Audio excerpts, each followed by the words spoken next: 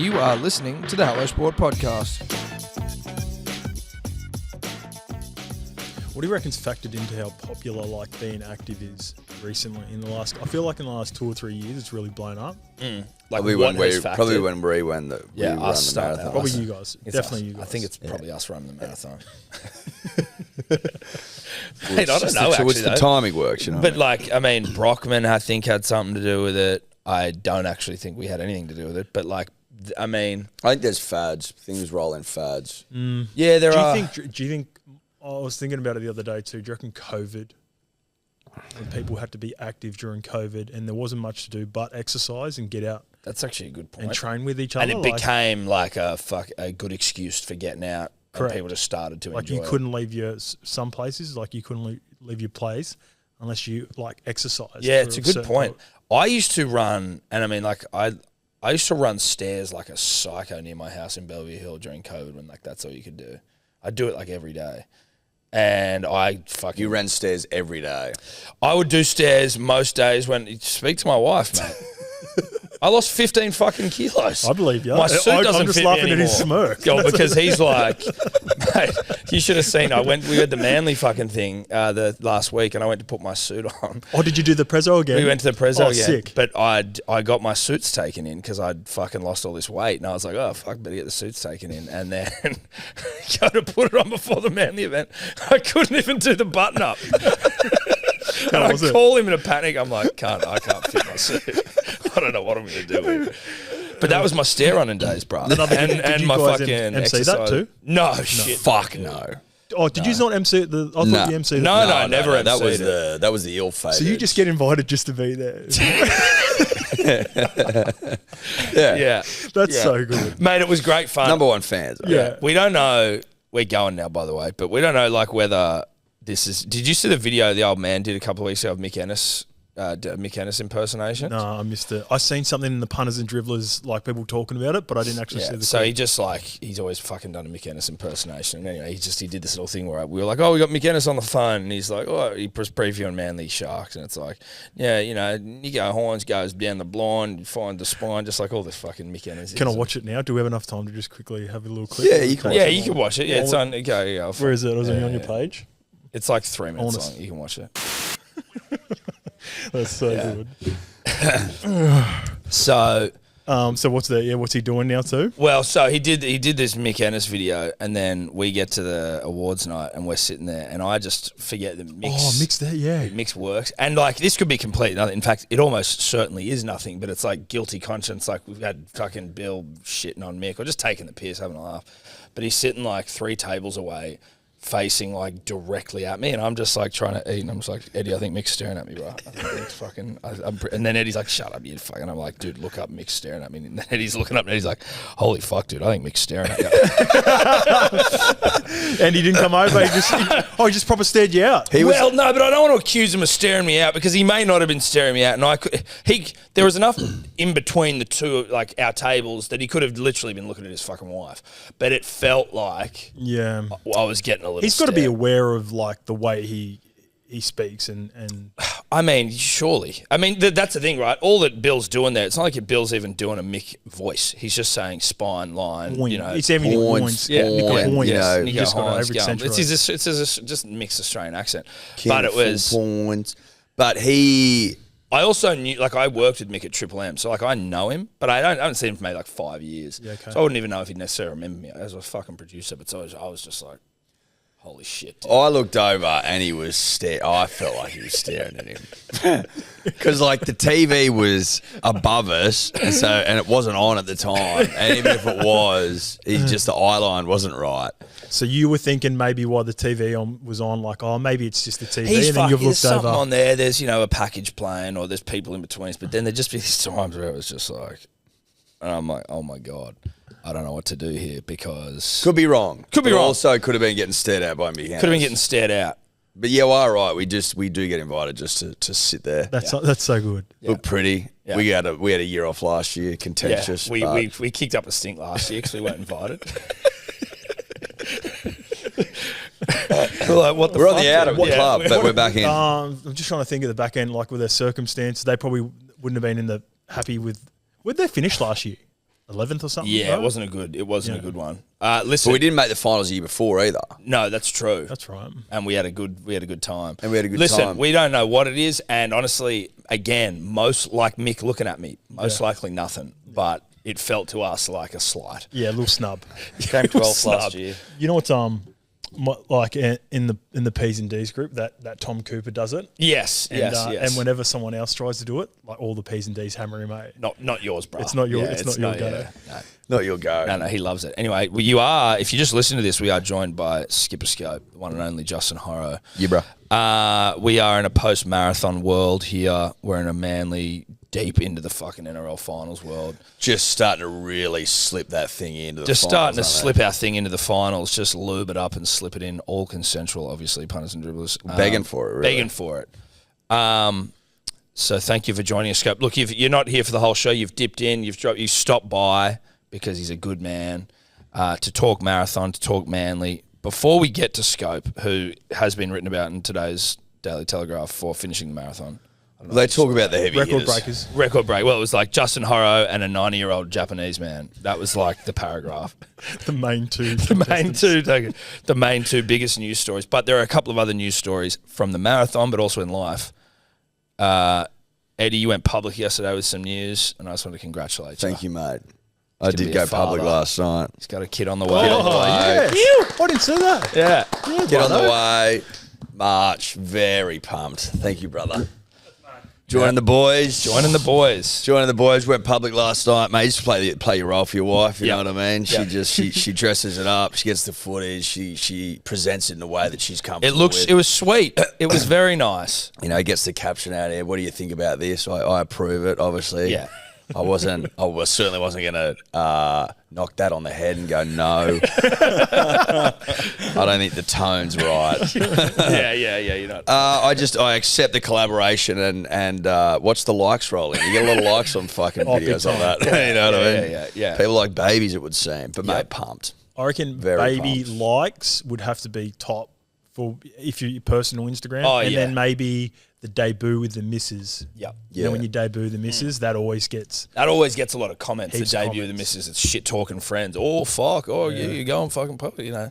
Yeah. Baby likes. wedding Babies are- likes, oh, yeah, you can- engagement likes. You can farm some likes on your kids. Oh, yeah, Oh, fuck engagement likes huge. Yeah. Yeah, engagement likes a big one. Yeah. Really big. Mate, that's so good. Pump your head. Thanks, Yeah. bro. Appreciate it. Obviously, Scope and I are here for you for advice. Yep. You'll be getting plenty You know? of questions. So, Plenty of questions out of me. yeah, I'm sure that's a smart decision. I won't have good answers. The other one we have to do, the other news, and this is a bit more marathon related here, is that our dear friend and producer, digital creative guy, Cody Totes, designer, completed the marathon first. Congratulations. Yeah, well done. That's the toughest part of it. Thank you.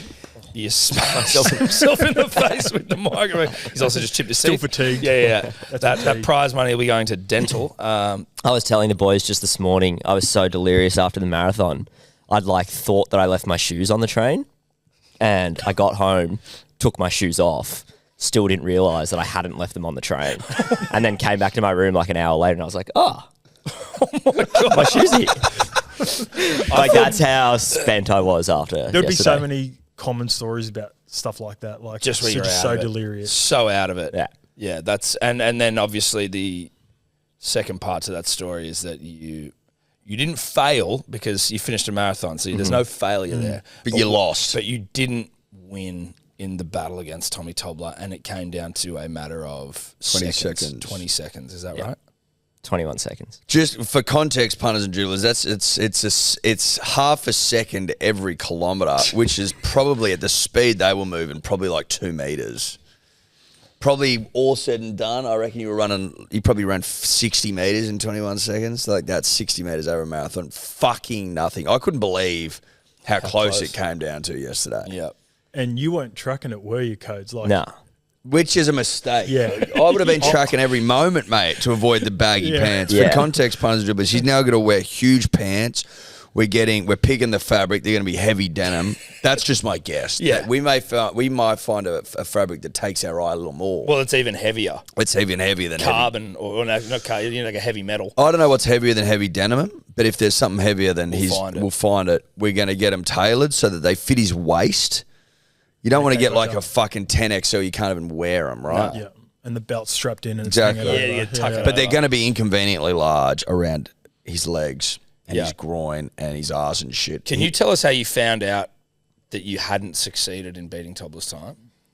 Yeah, so I knew like definitely coming on the tail end that it was going close. Like, I think I read a comment last night in P's and D's. I had a 30-minute lead on him with like 5Ks to go. Or something like that. It was either 35, 37K mark. But I was spent, like I was absolutely gone. And I was sitting down, like literally sitting down on the curb because everything in my leg was cramping, quad, hammy, calf, all gone. Couldn't do anything. And I would just manage to like shuffle along for sort of 500 meters and then I'd have to sit down again. In fact, I got such a boost running around where you guys were that I'd actually gone too quick again. And only 100 metres on, I had to sit down. We would have sat down outside the eye line. But I knew coming into the tail that I had to run 3Ks pretty much at 10-minute splits to get it done. Close, like, because I knew what time I started roughly, so I kind of knew when I had to finish. And then I ran into a dribbler. I think his name was Cody as well, actually. And at the finish line, he's like, "Oh, mate, how'd you go?" I was like, "Mate, I don't know. Like, how do I find out?" Like, I didn't even... Actually, I saw you. I bumped into Codes, like, walked into him. He was bent over, and I was like... Justin, not Cody, by the way. and I was like stumbling, and I went bang, and I hit him, and I go, "Sorry, bro." And he's like, "Oh, hey, Scope, what's doing?" And I was like, "Fuck, man, I'm in a bad way." Yeah, and then Scope was like, "You get a text," and I was like, kind of waiting for a text or something. And then I ran into a dribbler just a minute later and he was like, "Oh, mate, I actually saw your time." I was like, "Oh, what was it?" He's like, 4:52. 4:52 what? He's like, 40. No, damn it. So I actually checked because Tobler with his engraved medal sits at our door. So on my way out on Friday, I was like, I'll check the seconds just in case. Yeah. So I knew that he was 4:52.20. Correct, Tobler? Yeah. Correct. Yeah. So that's just powerful stuff. Did you get yours engraved? Oh, can you? No, I don't know. No, Tobler got his engraved. Tobler's zesty though, so no one's surprised about that. Tobler's got Do his. they do that there on the spot, Tobs? Nah, not on the spot. You can order it on the website. They send you a little engraving thing that you can stick in your medal. Oh, see, that's zestiness. That's zestiness. Cute, but so now Cody has to wear the same pants every day for 30 days. You can take him off to shower. Yep. If he's caught not wearing them, it resets. Yeah, And we can FaceTime him at any time we want. So shower sleep, he can obviously sleep. No, with no, it. he's just got to sleep sleep in in them. We can maybe make you 2 pairs if you want a bedtime pair. that'd be a nice touch. Yeah. A lighter bedtime pair. Denny's just cast a look at me going, he's turning "No." that down. No, that's not allowed. That's not the point. They weren't going to be lighter. They were going to be huge. I just meant so they're not dirty. I've I don't also care seeking about a high-level clearance to play football. Yes. Bar the ruling that I play one half in goalie in these baggy pants. Yeah. So he can play a soccer, compromise. but he has to unlock that freedom. Yeah. He has to He play has to half. play one half in goalie. That's a good But he compromise, also I has think. to walk up to the sideline in the pants, take them off, Yeah. and then walk onto the field. And then Correct. before he leaves, So he's got to warm up in them. Yeah. yeah. Before he leaves the field to play, He has to they're warm back up on. in them, No, you gotta warm obviously. up in 'em. It's actually like it could be a benefit to your game because you're gonna. It's like we used to practice sometimes with a heavier ball, right? They used to inflate the ball, so when we would do some training sometimes. By the time you got a normal footy, this is easy throwing the footy around. It's like when you take the altitude pants training. off, when you take the pants off and put the normal ones on, he's just going to be running around on top of the world. Maybe I'll come out in 30 days with like really jacked legs. Yeah. Just from wearing this heavy denim He or unsheathes them and they're just fucking Rippling huge, quads. mate. Oh fuck, that's funny. It was a good day though yesterday, the marathon. It was really good. Great we had day. the goers and everyone going Good to out see there. so many goers out there. Yeah. We were There's missing so the many cruise chair. goers. Yeah. And there was just every minute, just goers, just the whole time. Fucking flicking hats out. They were all like, then, I mean, it wasn't, we were there handing out hats to goers who hadn't picked them up or weren't wearing them.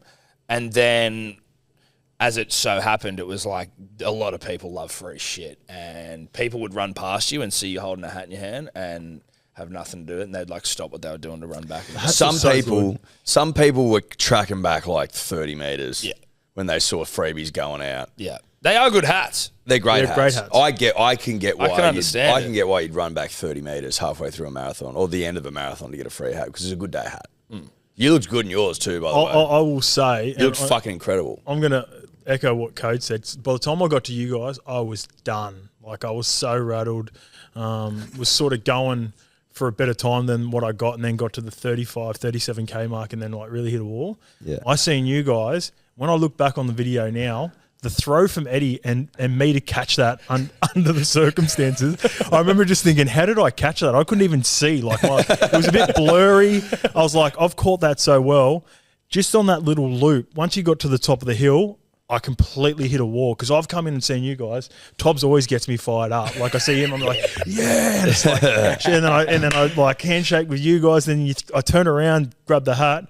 By the time I'd got to the top of the hill, which was only about 150 metres, I just went, and walked for about another 500 metres after that. Because it's brutal through there. Yeah.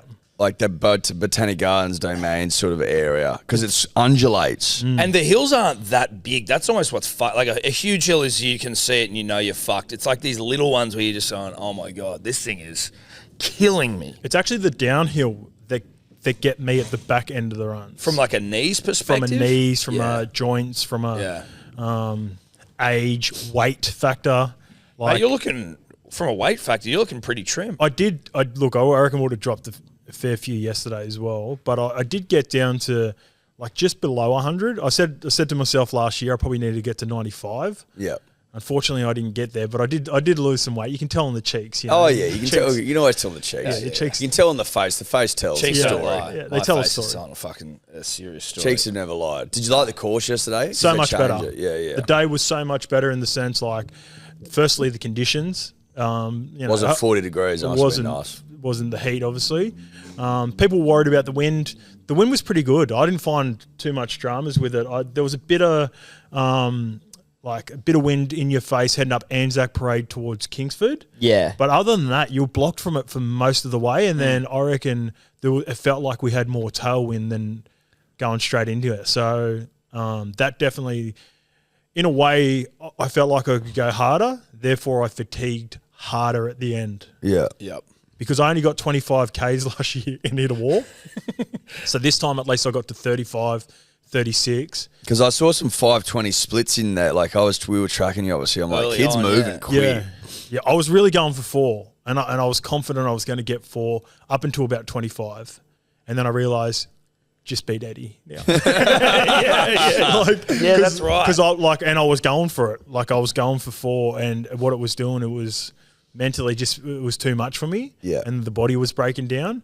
And then, honestly, like, jokes like trying to beat you, but also just surviving it and finishing without, like, last year, I reckon I would have stopped multiple times. Leg swings on trees, like Codes was saying, sitting down for a little bit and just stretching. And I didn't have to do that this time. So yeah, I just finished. The only sort of thing, like, I walked a number of times, but for a couple 100 meters, and then got a trot on for a couple of K, and then walked a couple 100 meters. And you got to get it. So you got to go a little walking every now and then. I was walking through every aid station. I can't even really relate. Yeah, I was fucked. Yeah, that was so every drink station. Was that every 2Ks? Pretty much. Yeah. Walk into the station, grab a drink, about 150 meters after. Finish the drink properly, not like trying to throw it and run like you do at the start. Like at the start, I'm trying to sort of just run up, grab it, have a bit of a swig and keep going, maybe have a gel. Yeah. At the back end, just gladly walk into the station. Oh, yeah. People like sort of start pushing and shoving around that there too. And so you just avoid everyone, grab a drink safely and meander. How many gels you get through? 7. Toads, how many did you go? Yeah, I was about 8. About 7 mark. Yeah, I feel about like 8, you're gonna shit yourself. That was always the biggest warning for me. I was worried about shitting me pants the whole time. But you've got that in you. I know, but it wasn't said like, "Hey, if you've got shitting in you, then be careful." I think that I careful feel like that's all anyone says about the gels. Yeah, yeah, but it wasn't like, "Hey, if you're prone to fucking shit in your pants," it was more just like, as a general rule, careful on the gels, or you could shit yourself, and like that would be the worst fucking fate of all time. Going through Centennial, I contemplated going to the toilet, like it was close, and I was like, I think I can push through, but like this feels like the cleanest toilet that I'm going to go past. You know, the one when you're just coming out, it's sort of where the old Oztag fields are, Ed. You know, in the middle when they play Australia through the middle. Oh, that's the cleanest you would have found. That would have been the cleanest, I reckon, because it wasn't like those. Are they the portals, actual toilets? Actual there? toilets. Yeah. And you know, all the ones in the first 20, 25 kilometers were super busy. So I was like, should I go now? Like, and you know, make sure I'm not stressed out in the last 5 kilometers. End up powering through it. I actually got stumbled on a gel. I had 2 left with about 10 kilometers to go. And I was like, you know, they start handing them out on the side as well. And I was like, I'll grab one of these just in case I run out of the last 2 and I need them for the last bit. I grabbed it was like a salted caramel. Oh, it nearly broke me. It was thick. It was like the texture, and I was like, I was running down caramel. I was running down. I think it was top of Oxford Street, and I was like, I was trying to spew, but I just didn't have anything in there. Oh, Jesus. I didn't probably eat enough, and I was like just dry reaching. I was going like that for a couple of moments, but. It's done. It's done. It's and done. he's beat Eddie's He fucking did. time. Very Well done, time mate. beat. Thank you, boys. And so what is it? You've got 500 to charity. Is that A charity of your choice. Yep.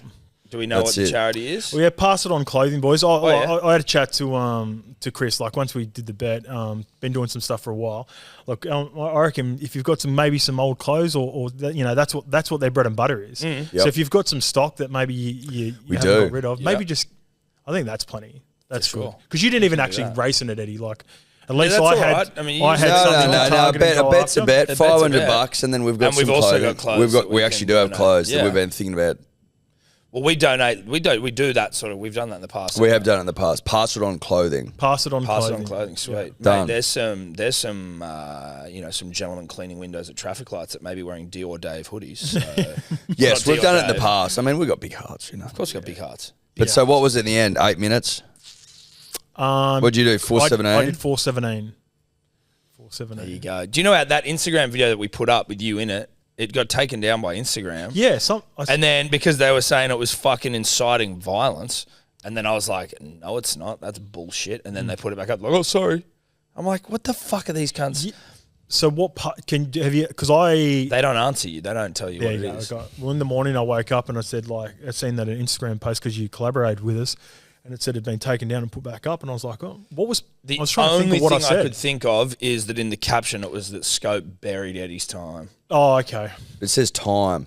I know. So how's it inciting violence? I had to be like, They got their shit together. It's a fucking shit show over there. yeah. And then like I had to contest it and then be like, what's your reason for contesting it? And I'm like, you've misunderstood the post. And then like this sort of conversation is not offensive in my region. I'm like, what? Must be trigger words for sure. That they pick Yeah. up buried. Well, bodies. because Buried, it'd have to as be- in what, like burying bodies? Like we're Well, not, I guess you so. know, we're not inciting murder over here. You know, No. it's a friendly marathon. Scope clip. murdered your time though. Murdered was. No, it's a he- bit extreme too. No, I know. Murder's a We bit were doing it to him yesterday. Yeah, And he was like, it was 5 minutes. Oh, it was 7 minutes. Oh, it was 8 minutes. We're like, dude, Scope murdered you, dude. Scope buried you. It's like, It didn't feel like a murder, Eddie. I'll tell you that much. It felt Better like course too, flutter, Flat of course, yeah. flat quicker, course. quicker course, Yeah. Tailwind. We tailwind, had quicker tailwind. course. Yeah. You shaved 48 minutes off your time last year. Yeah, Yeah, Well, there you That's go. good. Like, look, That's worth a clap. very That's good. worth 48 minutes. That's it. That was. So I technically got like a 3:45 or something. yeah. No, like jokes aside, it's one of those things. Like the time last year, the reason I'm wearing the medal too is because I didn't feel like I earned the medal last year. Well, not when Tobler sprints away from you on the finish line. Yeah, still sorry about that. When you lose to Tobler, Tobler comes screaming past me with you two just screaming at him as well, and I'm like, I'm in a bad way here. And I try to join him, and Tobler I couldn't keep up with. Dude, the agreement was to come around. It's like, yeah, let's finish together. Well, you guys will finish together. Like 800 meters to go or something. Tobler just fucking burns off. And you know what? Like, Leaves in his wake. nothing against Tobbs in that moment, but it pisses me off how people scream coming down that hill. Oh, what do you mean? They It happened scream again when they're yesterday. running. Like, how do you have all this energy? Because I'm so gassed. Like, Yeah. I was just limping down the hill and just Oh, you mean struggling to get like there. sprinting in that final Yeah, and bit? just like yeah. Chahuan. Like, where do you get that energy Oh, from? yeah. Like, I'm jealous of it. Yeah, you know what I yeah, mean? yeah. Like, What the fuck even? But I was How have you pissed got- off when I finished mine. I was like furious. I was just so angry about like the last 12Ks Yeah. and how brutal it had been on my mind, my body, my Yeah, soul, and my then, spirit. and then like, Yeah. and I'm then not the into finish. it. Yeah. Everyone's like smiling and shit. I'm like, nah. No. I'm not smiling. No. I want to kill that fucking race. Yeah. And exactly, you finish. It's not like you're finishing a sprint where you're like, yeah, you're just kind of like, okay, that's done. There was a couple of guys that coming into Miss Macquarie share that bit, the Gardens, where a guy like sprinted past me like proper, like, and I was like, that can't be a guy doing a marathon. Like he was going that fast, and I started thinking, are there people that are just rocking up watching it and then trying to just mind slide fuck me? in. You know what I mean? Oh like, yeah. Just sprinting past people looking really fresh, like they're in a marathon, but like tell you who looked like they were fresh as fuck, Louis Brown. Well, I was just about to talk about him. He came past us and we were screaming at him, and he was so internal. He's an animal, and I feel like he was like speaking to himself, geeing himself up, and then he just took off up that hill, just pumping like bulls. He would have gone quick yesterday. I think he got around 3 hours and 20 minutes. Yeah, he beat his time from Gold Coast. Train with him, do some running with him. Like when we get together with a few of the retired boys, we run on Tuesdays together, and he does it quite comfortably with us. We only do up to about 10 kilometres, but he's super fit. And yeah, he's actually frothing them. He's going over to New York. He's going to go do the New York Marathon. Jesus. Oh, really? Yeah. So he's got the bug. He's got the bug he heavy. loves his marathons. Yeah, he's already done 3 this year. If you can three. If you can run Gold one that Coast. quickly, like I could understand it. Like if you could run one and not be completely fucked afterwards, like I can understand how you would enjoy it. Well, there were parts of it that I enjoyed, but I was so fucked. If I could run a 3 hour 20 marathon, I could just run a 4 hour marathon and just be chilled. Yeah, exactly, Yeah, and and just not be sore not be completely or tired. fucked. And I wouldn't be fucked. Yeah. I'd actually probably quite enjoy it. Yeah. I was saying the only thing that was like yesterday was making me like want to consider even running a marathon again was just seeing the people that were like The coming back end, past. the stragglers. Well, just the people who were like, this is your time. This is the people who are 5.5 hours. I was like, You're geez. getting like, 60-year-old women, really old men, like some You were big, people big who are like, you just going, this is all walks of life in here. This is like Noah's Ark of fucking runners here. It was just I'm like, how the fuck? a lot of walking. A lot of walking. Mostly walking. Yeah. There's a lot of walking at that point for sure. Yeah. There's a lot of people that blow you away though, right? Like you guys would have seen it even better. I ran past some people and no disrespect, there was a big girl that was running like pretty much near me from about the 20 to the 25k mark, and I was holding the 4. So I started with you know how they hold those banners, the pacemakers. Yeah. So I started with the 4 hours and 40 minutes guys in Wave E, and then after about 20 kilometres, I'd got all the way up to the 4:10 guys. So I knew I was going all right to beat Ed as well with that. And then I got up there, and I reckon this big girl would have been just not that much smaller than me in height and close to about 95 kilos. And she trucked along for about 5K at that 4:10 pace. And it's just like more, not taking the piss, it's just more to do with her size and the train, like how she was capable of doing that. And then doing it.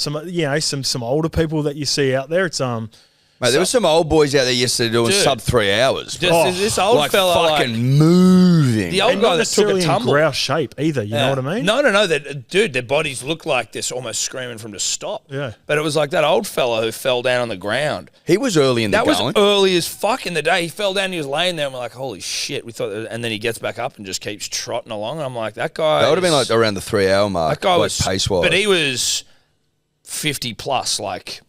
And the rest. Yeah, he was old and fallen down. Like he didn't look like he was ready to go. Out on his feet, Tom. Out on his feet. Good for him. Anyway. So, well, congratulations, Scope. Congratulations, everyone. Sydney Well done, mate. Marathon. Very Thanks for impressive. having us. It was great to be involved Fucking great again. day. Shout out As to all the always, shout out to the goers. Ivy. Shout out to the Ivy for putting on the old bar tab and a rip. I've got an anecdote. Yep, okay. So yesterday, Yes. when we were at the marathon, Yes. and there was a Good Day tent, there was a Budgie Smuggler tent, and there was a Four Pines bar. Yes. There was also a Levels tent. There was a Four Pines bar. And someone we know, and you know, and we know, I won't name them. No. Because it's not, they may not want to be named. But he came up to me and he goes, dude, and this is, swear to God, on God. No, I heard him say it. He goes, dude, fucking Four Pines Japanese lager is awesome. And I went, yeah, dude, it's really good. He's like, this is really good. I went, yeah, dude. Yep. It is good. We're not lying. Not that you would think An that. incredible mix of flavours. Well, listen, dude, sometimes I think you might hear anything other than like just a flat out lager and be like, this might be a bit adventurous for my palate, for my taste buds. It ain't. 4 Pines, way to go. We love you, 4 Pines. Special shout out to the guy who had my photo on the back of his shirt as well. That was hilarious. No. You know the photo. You know that famous photo of Tom when he's leaning in the camera. He looks like he's bald. Yeah. He had that on the back of his shirt. This guy, and it said, "I run for him." He wasn't even part of the goers, dude. Like he just. Where is it? Shit. What's that picture for again? Dude, we did a photo shoot for the Daily Telegraph for something. What was that for? I don't know. Was it for the Sydney Marathon thing? Oh, was it the Sydney Marathon thing? No, I don't think so. I don't think it was. Whatever. But it was, again, we've been through it. It was the in-between photos where she was taking serious ones, and then I was like just taking the piss. And as we were walking back over, I go, watch him use a fucking shit one of me. And then what do you mean taking the piss? Like, what were you attempting to do? As in, like, I was just like, it was more. He was playing silly buggers. So it was more like, all right, okay, like some serious photos. And it's like we're just standing there, you know, like photos. It's always uncomfortable. Yeah. And then when she's like getting us to reset, or she's like, oh, maybe move it this way. I'm like, you know, leaning, like I'm taking the piss out of the process. Yeah. And you then never get better at that stuff, do you? It's always awkward. I hate it. Yeah. I hate getting photos taken when I'm with my wife or my kids, and you're like, yeah. But it's that one. I walk back over, we were walking back over the road. It was just out there and I just go, watch him use something ridiculous. I couldn't have imagined how bad it was going to be. That was worse than I could have ever hoped. My mother-in-law saw that video and she's like, oh, how nice. Someone runs with photo on your back. I'm like, he's making fun of me. No, Yes and no. Yes and no. Oh, I loved it. It's great. Yeah. I loved it. Cunts wanted me to get a baggy green. I'm like, Jesus Christ, that might be a little extreme. Yeah, I think but so. I do respect the gameplay because he was running like seemingly by himself. It wasn't like it was a team. He's just going, I'm going to get this fucking shirt. That was that was my first thought. Like, is it baggy green worthy? But it's such a prestigious club, isn't it? You've got to really blow yours away. I really liked it because of how random it was. Like, it was very random. But I don't want the baggy green to become unattainable where you've got to like fucking build something or like make something crazy. I think it's just got to tickle our fancy, really. It's just got to you know immediately. Yeah. Did Guru get the baggy green in the end? Oh, he's close. Not yet. He's still close. to go. He's very close. He's very close. He's still going all the way through to. So he's got to win. Yep. And we've got the hot seat, which I don't know if were you around for the hot seat? No, we did No. We had something else. Yeah, we had. But hot seat basically is just that each week you've just got to someone's in the hot seat.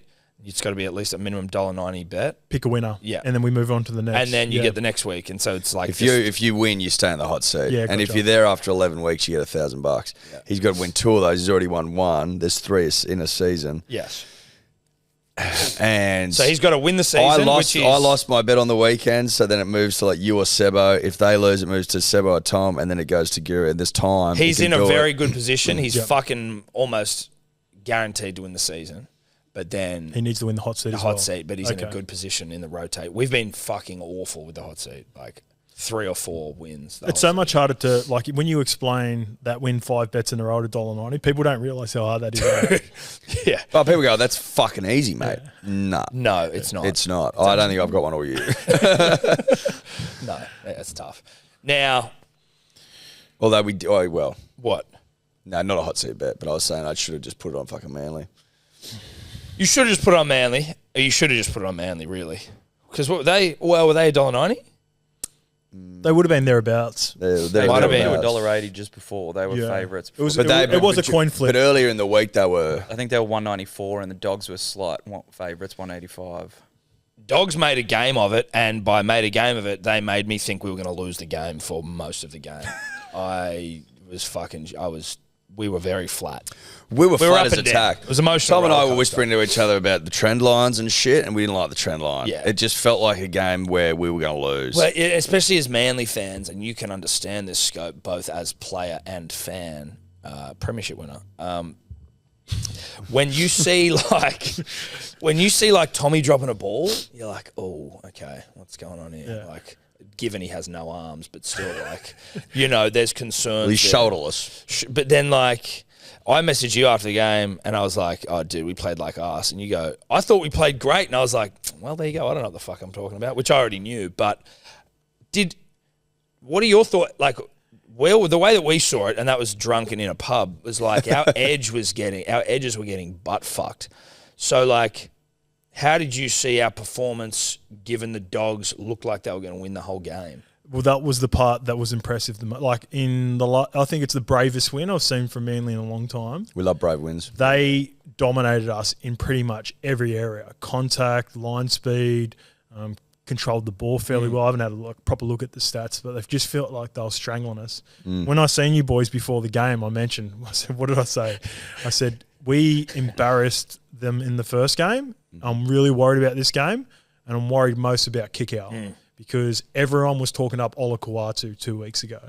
So I was like, I'm confident we're going to get that out of Addo-Carr because his last 3 or 4 weeks have been great, but I'm just scared of kick-out. And he couldn't have started any better, which was like, fuck, I hate it when I predict shit right like this. But I didn't when that happened. I'm like, fucking Scope. Like, Bang on. I almost felt like you just fucking welcome that into the universe. Like, you have to just Billy kicks to rip. Yeah. But the thing that was most impressive about Manly, and this has been my harshest, the constructive criticism or the harshest criticism I got for him. When we get bashed, we go sideways normally, and I'm talking about Manly. Like, if we can't go through the front door, then we start spreading it and trying to go wide. And you know, sometimes Cherry does kicks across the Sabi on the second tackle. Yeah. Just like, if it comes off, it looks grouse. But there are times where you just got to fucking take your licks and just keep on coming. And like they all did. I reckon it felt like I called a game with Siebes. Origin 1. You called a game. Called a game with Origin 1 with Siebes at SEN. They had Siebes on commentary. Siebes, yeah. Jesus Christ, that would have been it was cool because I'd never met Siebes properly outside of Chez's 300th last year. Yeah. Yep. Had nothing to do with him ever. And I had a chat to him about like just, what are some of the things you look for just off air. Not green room chat. Yeah, green room chat. And he's like, like a big indicator is your sets per meters, right? So if you're SPMs. Yeah. So if you're, for instance, like people look at run meters and that's a pretty clear indication, but the average of your meters per set. So if you're averaging, Penrith are the best at it, right? So they average somewhere around like 50, 55 meters and they strangle teams defensively where they only make like 45 meters per set. And if you're on top of that average, then you win 85% of the time. That's the analytics for it. Yeah.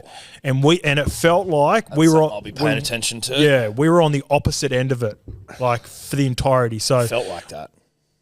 We fell in the 15% of being dominated on that stat line and still kept on coming. Like some of the boys' efforts were unbelievable, like across the board, because the Bulldogs were great. Do you then could it then be like that both things are true, that like we did well and we played well to win from that position, but like we were still getting dominated? Like what's that about then? Like, I'm interested in this from like your perspective, but like where you can see us getting smashed, but the takeaways that we played well. Yeah. It's not ideal. You can't do it every week. Yeah. We've escaped one for sure. Yeah. Because like I said, with that stat, and I haven't had a proper look at it too to see if that was correct, but that's just a feel. Like we were well and truly losing field position, contact, everything.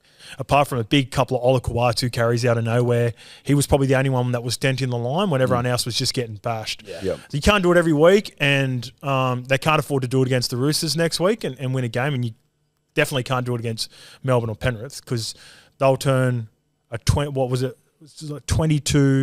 at one point. 22-10, I think it was, and that's when I was deflated. If that's Penrith and Melbourne, a flat little pancake. Yeah, if that's Penrith and Melbourne with those stats, they're up 36-10, like 30. That's the difference. Yeah. So you can't do it every week. We come up with a really big performance, and like I said, as a guy that's worn the jersey, I was heaps emotional after the game, like messaging you, that's fucking all time. Like, I want to come on the potty and talk about it. Yeah, you know what I mean? Yeah. That was one of those games where, like, I've been in those situations before, backs against the wall. There's one game that stands out the most. It was my first year at Manly. We played Melbourne down in Melbourne, and I believe it ended in a draw. And it's the first time I'd noticed like what that sort of game was about.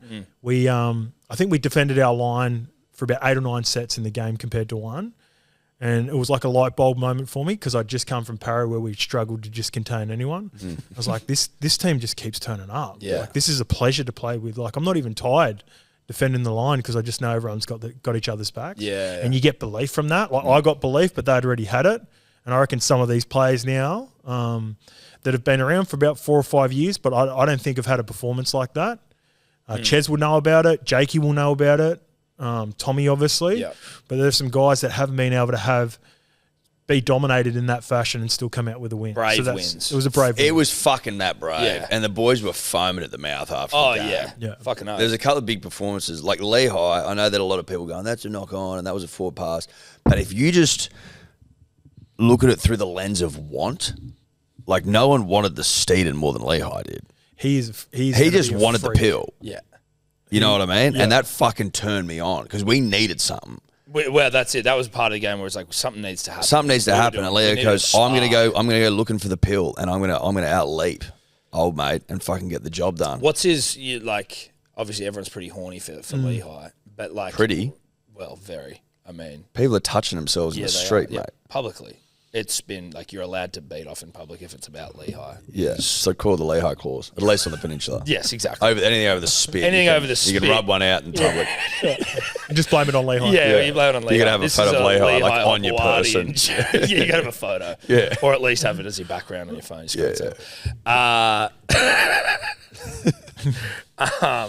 But so, like, he's obviously he seems like his trajectory is going to be a freak show. Is it fullback? Is he just sort of wherever? Like, is it just he's our next man? Yeah, Tommy? he's just next man. I was watching both games because I didn't do my potty this morning because I didn't see the Newcastle North Queensland game yet because of the marathon, and it reminds me of, like, I was watching a little bit of Fletcher Sharp as well. Same with up there at Newcastle. Like, he's going to be a player. But you just play him on the wing and you use him when the two big dogs aren't out. Yeah. In Tommy and Kalen. And you feel more comfortable. Like, I don't think we can win a competition without Tommy, but we can win games throughout the season without Tommy with Lehigh at fullback. Yep. And that's a great sign. And he's only going to get better. Like, he is, you can sort of just tell when players have got it. Little moments, like, he reminds me so much of Will Hopewadi, his older brother, with his, like, Will had really underrated strength, like from a really young age, really quickly. It was so hard to get to the ground. Lehigh's got all of that, like, and doesn't really have the body shape, but he's got silky soft hands. Yeah, like the way he's made a couple of those plays, specifically in the air, like when he goes up.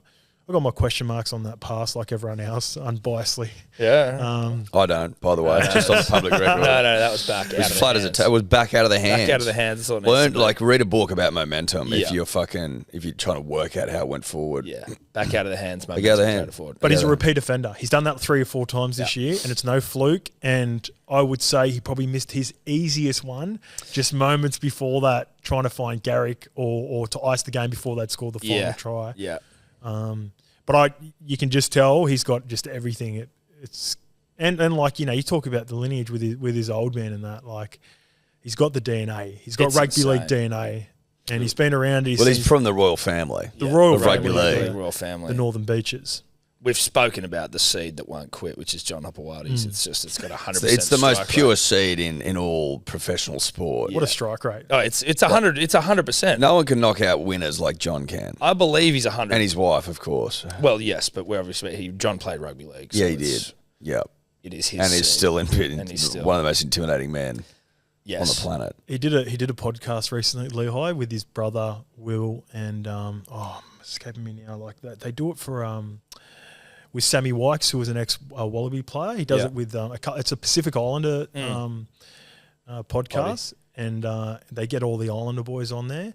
And both Will and Lehigh were talking about how there can be 20,000 people at Brookie, and they can hear John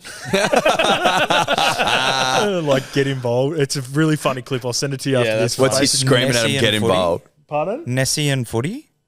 Oh, I think Nasian footy. Yeah, Nasian footy. Sorry, Nasian footy. Yeah. Oh, like Nasian, like Polynesian. Nasian, Polynesian. Yeah. Nice. And he's like, it can be like you can hear people screaming, and then all you hear is like, get involved. Like his voice is and he reckons he was like, I don't want to steal the story away from. Go and watch it if you haven't seen it. We'll play the clip. But you know how you go up through Brookie and you go through, they close off the gates where people can't cross in when they go up the tunnel. Yep. You reckon somehow because he knows the security guards or whatever, he got inside the gates and like slapped him on the back of the head. Like, get involved. Like if that's not motivation to get involved for a rugby league player, I'm not there. Your dad in there just fucking ripping you. That's so funny. Smacking you over the back of the head. Involved. Yesterday the average set distances were super close. The Bulldogs had just better at 37.91 and we were 37.81. But for example, Panthers Roosters on Friday night, Panthers had 47.2 and the Roosters had 37.46. So just got absolutely dominated. The goats at Dude, Penrith just generally, like if Manly can't win it, and I think they can, but if they don't, Penrith. But we think they will. We think they will. I'm confident of that. But like for Penrith, it starts with Dylan Edwards too. He just brings it back so quickly. Yeah. He gets like 15 metres. He gets an extra 5-10 metres than any other fullback, I reckon. He's just a fucking beast. I just like the idea of Penrith going 4-peat though. Like so do I. I like greatness. If Manly can't win If Manly can't win it. Which we can. Because the chooks are cooked. That's a cooked bird right there. Like, that's a roast chicken. Yeah, you know what I mean? Plenty of gravy, please, sir. Maybe like a Vietnamese roll. Roast bugs. Done. Oh, you want some Vietnamese roll? Well, I'm just saying. No, I get a beautiful cooked chook. Bit of Hong Ha. Okay, bit of Hong Ha. Road. Some slaw. Yeah. Vietnamese, baguette. Yep. Fresh. Still warm, gentlemen. Slaw and gravy. You fuck Oh, yeah. fuck yeah. For the crunch. You get a bit of that crunch on there, but then you get that gravy on there, baby. You know what I'm saying? Like, I'm eating that bird. I'm eating that roll. And then the Storm... Well, they don't like playing Manly. We should probably eat chicken this week almost exclusively. What side are we on? Who do we play? We get Chooks in Melbourne. Melbourne. So if we beat the Chooks. But the Melbourne have always had to play Manly. We beat Melbourne this year. Full strength. Full strength. Also, we beat them 40-0 when they were cheating. Yeah. And just on a side note, just between you and I, Scope, and now the rest of the world, we were talking to Beaver Menzies the other night, the awards night. Yep. And there was an anger in Beaver as to the fact that Melbourne still celebrate those fucking stolen premierships, and he's not an angry man either, Beaver. No, but he was worked up about it. He's like, it's a disgrace. So we might be doing something about it. Well, I mean, I feel like we got to explain it to him now. Oh, you want to put it out there now? Well, we can always cut it out, but I feel like you can't not explain it to them. Okay. And to be honest, the barrier to entry is the significant amount of money that's required to do it. But we were saying, like, Beaver was basically going, like, the reason they keep celebrating it is because no one else has been awarded the 2007 or the 2009 premiership. True. So, like, they're going to always celebrate the 10-year union, the 20-year union. So what we want to do is crowdfund approximately $170,000 to $190,000. It's 107. But that's just for the rings. But I'm thinking there's going to be incidentals. So maybe 190,000. I'll say 190,000. So the 17 from top those 17, years, we need to get rings made for all. 10 grand minimum, right? And then but Beaver's like, if you get 10 grand rings, it guarantees everyone will show up because it's a good. Everyone will be like, I'm coming for a fucking $10,000 ring. Yeah, fuck yeah. Now the incidentals are shutting down a main street in Manly. Because you got to get a bus, you got to do a ticket take parade. You know what I mean? We do the whole fucking thing for the 2007 premiership and basically just take it back. Yes, because the only reason, as you said, that they celebrate it is because they were allowed to, essentially. Are you going to do this on behalf of Parramatta as well? No. Fuck no. No. Absolutely not. Again, like, not our money's problem. an issue. Exactly. Like one thing at a time. If there are any Parramatta fans out there, that it is incumbent on you to take your destiny into your own hands. I don't know whether maybe we can get some sponsors on board. You know, some local peninsula sponsors. 4 Pines. Well, 4 Pines, great start. We need to get a jeweler on board. Yeah. Well, fucking oath. Because there's huge margins in rocks. You know what I mean? Yeah, so they can give us a discount on rocks. They can give us a dissy on rocks, yeah. I'm talking diamonds here, partner. Yeah, I know. And, you know, someone that's just going to set that thing. Yeah. Set the diamonds. I reckon we can do it, and I reckon the Peninsula needs it. That's why I feel like it's better to put it out there so that if there's anyone... Well, I just didn't know where we were at in terms of, you know, releasing our grand plan. I'm happy to tell release it. I think you release the plan because I also don't think anyone else is going to go and do it now. Well, the plan's been released officially. It's officially released. So in 2008, they did like a parade through the Corso in golf carts and stuff. Yeah, right. Well, the Corso's like, we don't need we can just do that. Wait, that's it. It's, not It's a already road. closed. It's already well, closed that's it. off. Well, you listen. That's just a council issue. You speak to the council. You just listen. We're going to come down here with maybe 15 to 20 golf carts. Yep. And some players from 2007. What do you mean they did it in golf carts? Just to keep, obviously you can't take a car down there. No, that's it. I would love to have seen the pictures of them in Dude, golf I carts. actually I've feel got like, the photos here now. Yeah? If we Are they can all off turn their that guts? TV just on. send it to Big us. Just WhatsApp it to the fucking the jam WhatsApp. Yeah, chuck it in the jam. My NRLW favourite. jam. Is that what it's called? NRLW. Yeah. Did you tell people about my Marto bet for the Origin? Yeah, got I on think that we app. did. Yeah, we Yeah. definitely. I got on it. I got on I it. don't give a fuck about I won other people. I won like $900 off the Marto bet. W Jam. Oh What no, was it's it, been changed 67 now, to 1, wasn't it? dude. That No, was. It I was got around that, Yeah. 60s. That's it was crazy. 67. What's her name again? Marto. Shannon Marto. Yeah. We got different gambling agencies too, remember? Like Yeah. I gave you all the different Yes. odds. No. Listen, you covered off on all the options, and we I've just put those photos gambled in. appropriately, Of course, responsibly. responsibly. So obviously, outside of Manly winning the comp, Panthers look pretty fucking good. Here But you go, it's not about just them for the now. golf cart photos are there. It's Matt about Ballin, Manly. Brady, you'd be into it. Is that Jamie Lyon with a shaved head? Fuck, it'd be good to get Killer back from Wee War. Is that where he is these days? He was at the Old Boys Day too, apparently. Killer. Oh, how good's that? Have a look at Killer. Ma- Dude, are they Oakleys, bro? No, they're Yeah, not. they're all rocking the speed dealers. Well, obviously. they all need to be as well. Yeah. We almost need to get. See, that's it. That's incidentals. We need speed dealers for Look at everyone. a young Killer. Best. He might be the best Someone signing in was the history of the asking game. Who was asking me about Brett Stewart the other day? Oh, Missile. Yeah, he was like, who was the king of Manly back in the day? And I said the Prince. Yeah. The Prince ran was the Brookie fucking- on and off the field. Yeah. Oh yeah. His knees are fucking. We were looking at a photo of his knees the other day. They look like, Are they bowed? dude. But they're like so swollen. We were Yeah. like, I don't know if Willie said or something. He's like, dude, if it was raining, you could just go and stand under those fucking things. Like, Now I'm starting to think about my knee. They are fucked. Stubby Cooler, Stubby Cooler, Canicola. Canicola. That's like. What a try. That's what One he can boot. do, eh? Like that's One just, boot. But Yeah. that's why he's in the side. Like that's the hit. Like that was just individual brilliance. Well, I reckon over the last couple of years with Tommy missing so much time, I think him and Olukwatu have benefited the development of both of those two players. You got to remember, Kohler got injured. I think he did his MCL about around round 20, and he missed like 3 or 4 weeks. He's a difference maker too. Like, I reckon you've got to have some strike weapons. Ideally, you'd like them away from each other too, I reckon, like one on each side. It provides, you can go either way on shape. I reckon if you're stuck with two good players on the one side, or like, not talking down like Ruben Garrick and Tommy Talau, but those two guys are like rock solid. Tommy Talau's had a mad season, by the way. Yeah, he has. But you both Lehigh Hopewadi and Kohler got X Factor. So you've got X Factor and they can come up with plays like that on either side.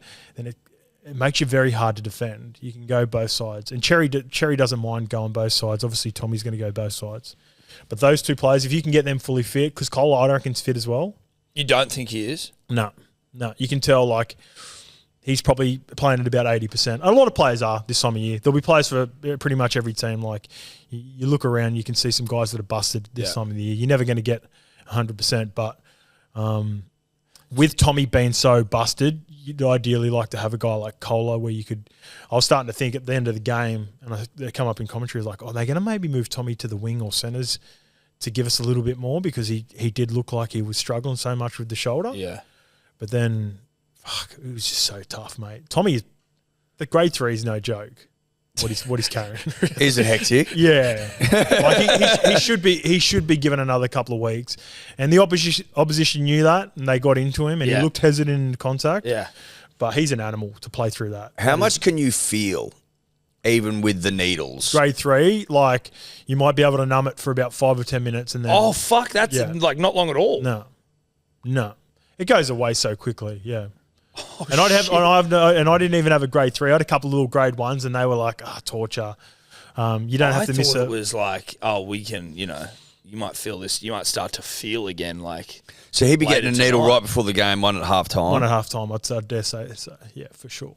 Jesus Christ! 10 minutes. Oh, that's I didn't. fucked. That puts it into context. I thought it was much more. And then you get adrenaline.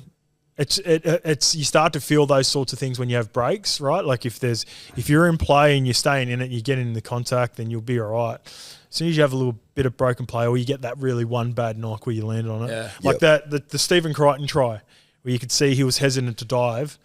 I was like, in hindsight now, I'm glad he didn't dive for that play. yeah, And he still came away from it fucking holding. yeah, his shoulder yeah. as So well. he sort of like second guessed himself and didn't dive. If he'd gone for sure and tried to knock it out, yeah, he might have saved the try. But I reckon he finishes the game. No way, because I reckon he was gonna. Because it's just that awkward. You can't make that it position. worse, though, Yeah. right? He was never Grade going to come three. back from that position, You can't make it worse, in my though, right? opinion. And without even seeing like what would have happened to him, I just like The vibe. that was a business decision and it was a good one. Yeah. Yeah, it was a smart. It was an astute business decision. Yeah, he took a loss. Yes. Yeah, He took a loss on it, but he stemmed the bleeding. Yes. Calculated. You know what I mean? He didn't- we took he- 4 points to make up 50 minutes in a game. Yes. And we'll take that every day of the week. Oh, every day of the absolutely week. will. So Fucking oath. he's a smart guy though, Turbo. Well, fucking oath he is. He's all over LinkedIn. You know what I mean? Like I don't know. He's been to. He's he- really smart. He's got a couple. He's got a fucking couple of degrees, doesn't he? Big He's- LinkedIn he's guy, like a huge huge- LinkedIn guy. Huge LinkedIn guy, 99 UAI sort of thing. Or Yeah. fucking Bit of ATAR, was a bit of whatever the asset fuck it is. finance, a bit of brokerage about huge there. networking guy. Yeah. Big Yeah. networking Yeah, guy. yeah, yeah. Hey, do you want some help with your home loan? You know, or a mortgage here? Like I think he does asset stuff. Could be wrong. Beaver maybe does the mortgage. Beaver does. Beaver a big LinkedIn guy, big Yeah. networking guy as well. Huge networking guy. Yeah, yeah. Beaver a big like biggest. Beaver a big group text message to offer like good mortgage rates. Yeah, g'day, it's Beaver. You here. know, it's Steve here. If you need just a reminder. Yeah. you need As if me that's help. not going to get you over the line too. Like if I don't even you- know. you What, get the personal? great- What, getting Beaver's number? Yeah, getting Beaver's number, Like, him well, reaching yeah. out. Look, You got one, didn't you? yeah, and this was before this was back when I worked at Triple M with him. So like once, so I just had his number as a producer, so I didn't know him from shit. And then I'm like, holy fuck, dude, I'm getting mortgage advice from Steve Menzies. Eddie, check this out. Now I feel like that he knows my name. I don't get him as much, and it's something I miss. That's disappointing. Now, Roosters next week, SFS, Saturday night, 7:50. Cook chook sort of stuff. You going? I'm going to go. Yeah, we're going. We're gonna Yeah, I'm go. gonna go. You're gonna go. We're going. I reckon that atmosphere is going to be fucking biblical. Yeah. JWH back. Oh yes, huge. That's He was sorely missed last week yeah, for that's them. annoying. I hope our middles turn up and fucking dominate. Yeah. Are we That's what I hope. inconsistent? Just back to like our middles sometimes don't turn up. Is that fair to say, or are we inconsistent? I in feel how- better about this game than I did about the Bulldogs game. Oh, okay. Because the exact same reason. We blew the Dogs off the park a couple of weeks ago when we played them. That was never going to happen again. And the Roosters middles blew us off the park the last time we played at Allianz. That's not going to happen again. Okay, I like Like that. it's like when you get to watch, it's nothing worse than when you're watching video or film of a team that's just smoke jar, especially if you're middles. So I'm expecting. I was worried about Manly this week because I'm like, man, those Bulldogs players are going to be humming. They're going to be Yeah. aggressive. They're going to be relentless. I have the same feeling about our middles this week. Doesn't guarantee a win. No, by No, no it doesn't, means, but it sets us up nicely. yeah, we're not going to miss the jump like we did Yeah. a couple of weeks, about 2 months ago now at Allianz. Yeah, that where we got fucked. Needed. We were very like they were brave in that game too. Well, we came back from like 30 something down, didn't we? Saab and Gary, a couple of intercepts. Oh, that's right. We got a few intercepts, a couple of Was concussions. it like maybe 36 to 30 or something? 34 Yeah. to 30. 34-30. 34-30. Yeah, we came Yeah. all the way. There was, back. That was a three kind of a game. intercept Yeah. tries in that It game. was. Roosters were way better than us, but the scoreboard didn't reflect that. But Roosters can concede points. They just are also fantastic at scoring them. and that was like Sammy Walker was in prime Sammy Walker form Yes.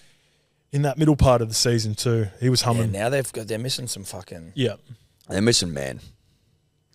So if they get Jared back, Yeah. and what version of Victor Radley are we going to see?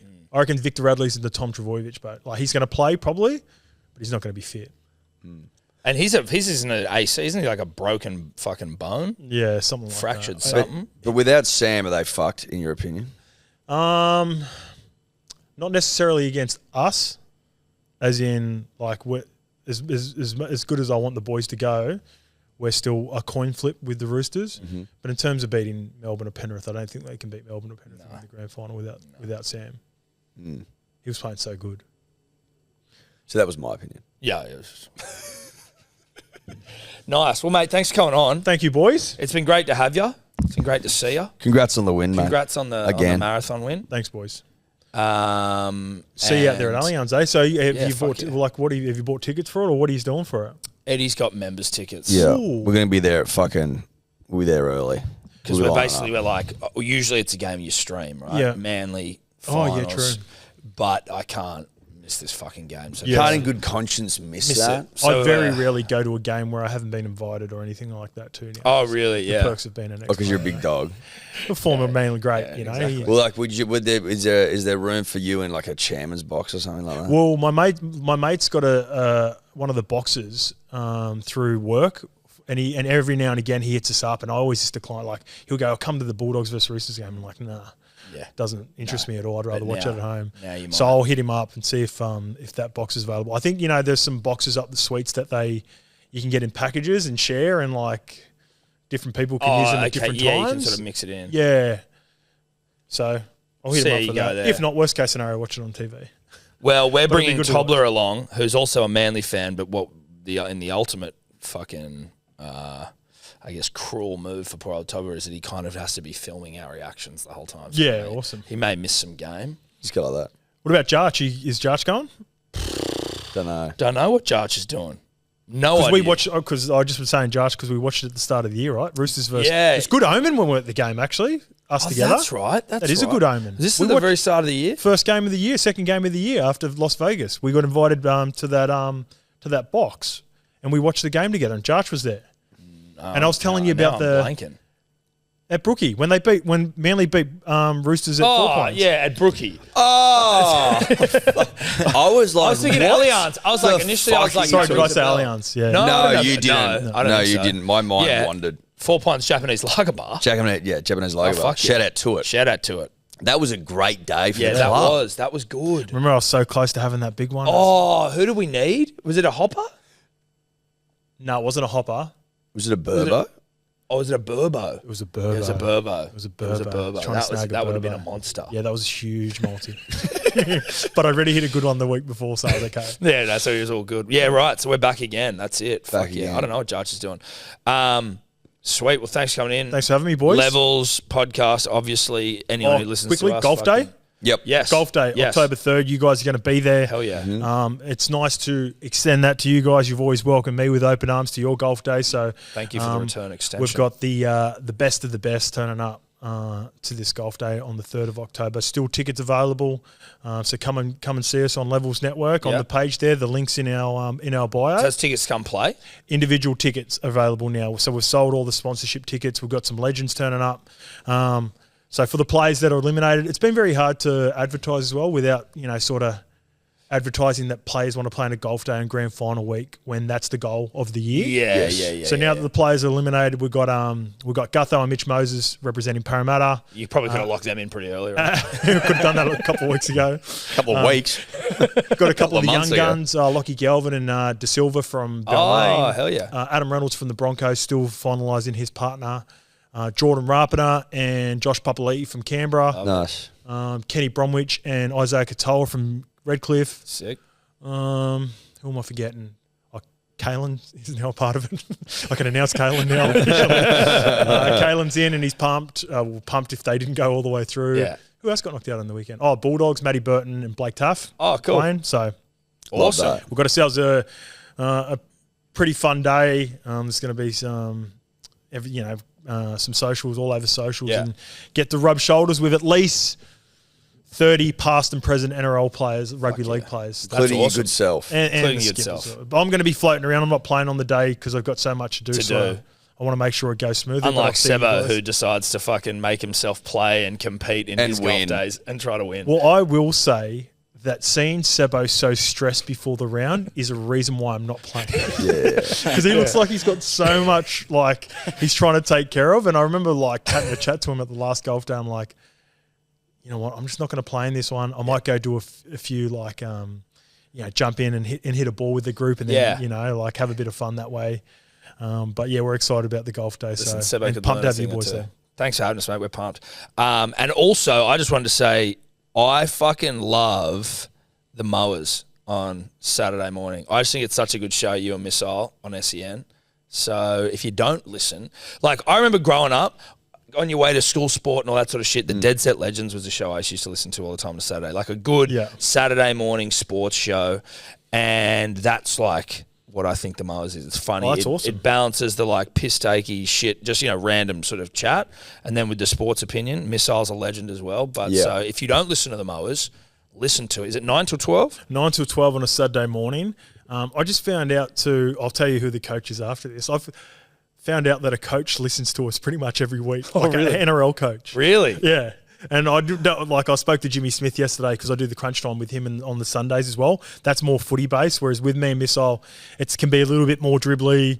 Cover a few more sports. We've got a longer time slot, and then I get a lot of the boys to call in. Yep. And I just found out recently that through Jimmy Smith, who's a colleague, that we have an NRL coach that listens to us every Saturday morning. So it's it's a cool thing to hear that. Yeah. But then I also think, fuck, what did I say about that? And now I'm definitely going to speak about him in a more glowing way. better light. You can't help it. I can't help it. But You can't help mate. it. No, you can't. And like you're a big reason why I've got that gig at SEN, to be honest. Well, mate, we just fucking said your name. Yeah. All we said was this guy's good. You got me in the door, and it's been great there. I've loving it at SEN. Good man. All right. Thanks for Cheers, coming in, boys. bro. Thanks, bro. Love your work. Punters and dribblers, some very horny and exciting grand final news for you. Now, grand final day is a day. It's a whole thing. It's not just grand final, because there's the whole, what do you do the whole fucking day in the lead up? You get primed and ready. And we want you to come get primed and ready with us. Yes. Let's get ready together. Let's get ready together. Let's get ready together for the biggest fucking game of football of the year, the grand final. Manly will obviously be in it. Yep. 7 o'clock the game starts, all right? So that's night time. That's at night. Does it start at 7 or 8? Anyway, we'll get back to that. But it is in the If it's not at 7, it's at 8. Yes. Now, what are you going to do during the day? You're going to get ready. You got to get ready. You got to get lubed up. Now, you come and join us at Truck Bar, which is 4 Pines Truck Bar in Brookie. Right near the stadium. Right near the stadium, right near Brookvale Oval, That's not near right. the actual stadium, because that would suck if it was out at a core. No disrespect. But from 12 till 3, Eddie and I will be there. Special guest will be there, to be announced. Food, booze included in ticket price, and we just come. Unlimited. Unlimited food and booze. 3 hours of power. We get there, we rip in. There's raffles to be won. There's food and booze to be enjoyed. As I said, a special guest. And then obviously once when it hits 3 p.m, you can go off and sow your wild oats, and you can go and do whatever the fuck you want. Eddie and I will be staying there, and we'll be ripping in for the nation. So you can stay with us and kick on through to grand final, or you can obviously go and tend to your own garden, as it were. Yes, you can. The game's at 7:30 p.m. There you go. So you've got to get ready somewhere. Yeah. Because it's a big day. 12 till 3, Truck Bar, 4 Pines, Tom, Eddie, that's me, a guest, 3-hour drink package and food, both unlimited. When 3 o'clock strikes on the clock, you can leave or you can stay. It's up to you. It's up to you. The world is your oyster. Those tickets It's go on sale. basically a fucking rip. It's a rip.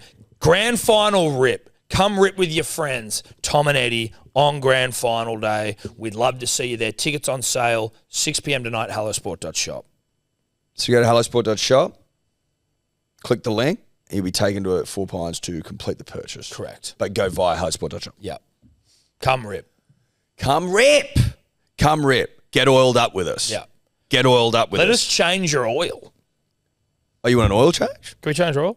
Do you want an oil change? I'll change it. I'll fucking change I'll it. change. I'll be changing oil all day, bro. Yeah. We're basically going to be changing oil. Eddie the mechanic over here. Big oil changer. Hellosport.shop. Come change your oil with us. Well, thank you, Scope.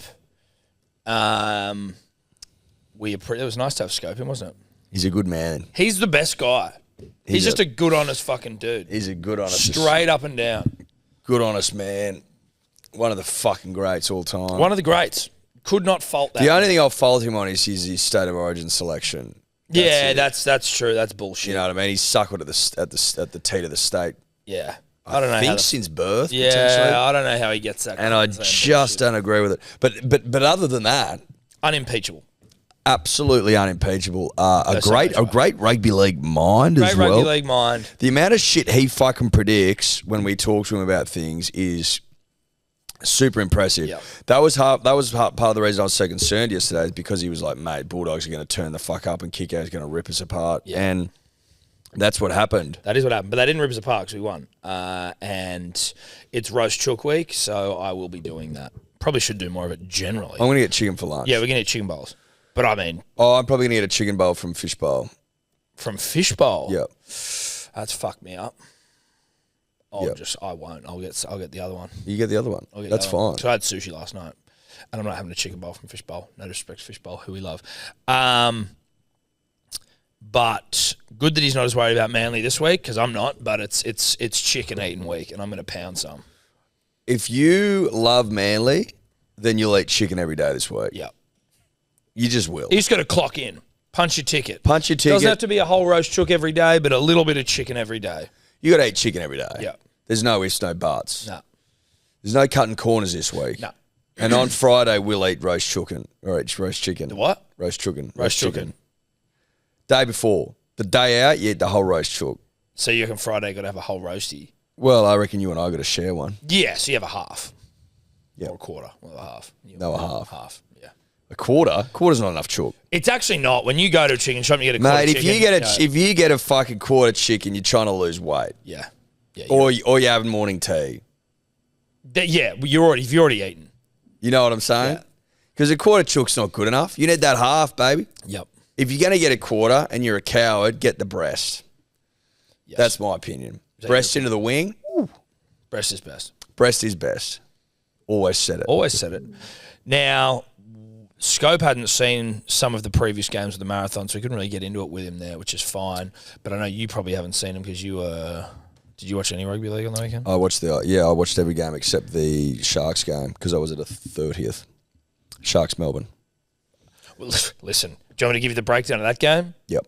Sharks have ticked off one fucking thing in their to-do list. Which was always going to happen. Storm I mean, we've been saying it. I know that I've tried to feel things for the Sharks at certain points throughout the season. Mostly I've shit on them. But mostly I've called it how I see it. Yep.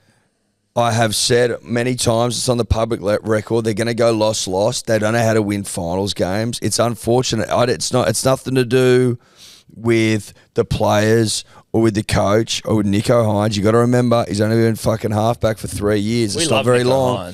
You won't find a bigger Nico Hines fan than me. But yeah, you will, me. Tom maybe, but we're pretty even. It's just when you get down to brass tacks, when you get down to facts, rugby league facts, the Sharks don't have September football in them. Now you could say, "Oh, will they beat Manly?" Listen, this isn't about Manly. That's not what we're talking about. And they beat us outside. But it wasn't a final. Well, it was in September technically. You've got me on a technicality there, but it's not. When I'm talking September football, what do you think I mean? Do you think I mean the last fucking game of the round that's played in September? No. I'm talking about September rugby league, i.e. finals footy. Listen, the Storm are very, very good at rugby league, and that's something that needs to be acknowledged and understood. So obviously, many teams are going to get their throats shit down Masood style by the Melbourne Storm in week one of the finals. The Sharks, top four, you might have hoped for a bit more. You might have hoped for a bit more fight, a bit more dukes up sort of stuff.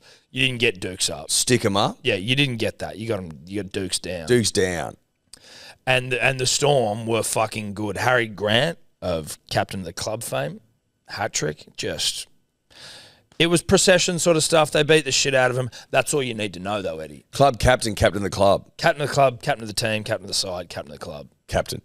First ever hat-trick as well. First ever hat-trick. Hattie. Only hooker. What was it, Harry Grant? Hattie Payne. Oh, shitloads. Hattie Grant. He's the first ever hooker to score a Hattie in a finals game.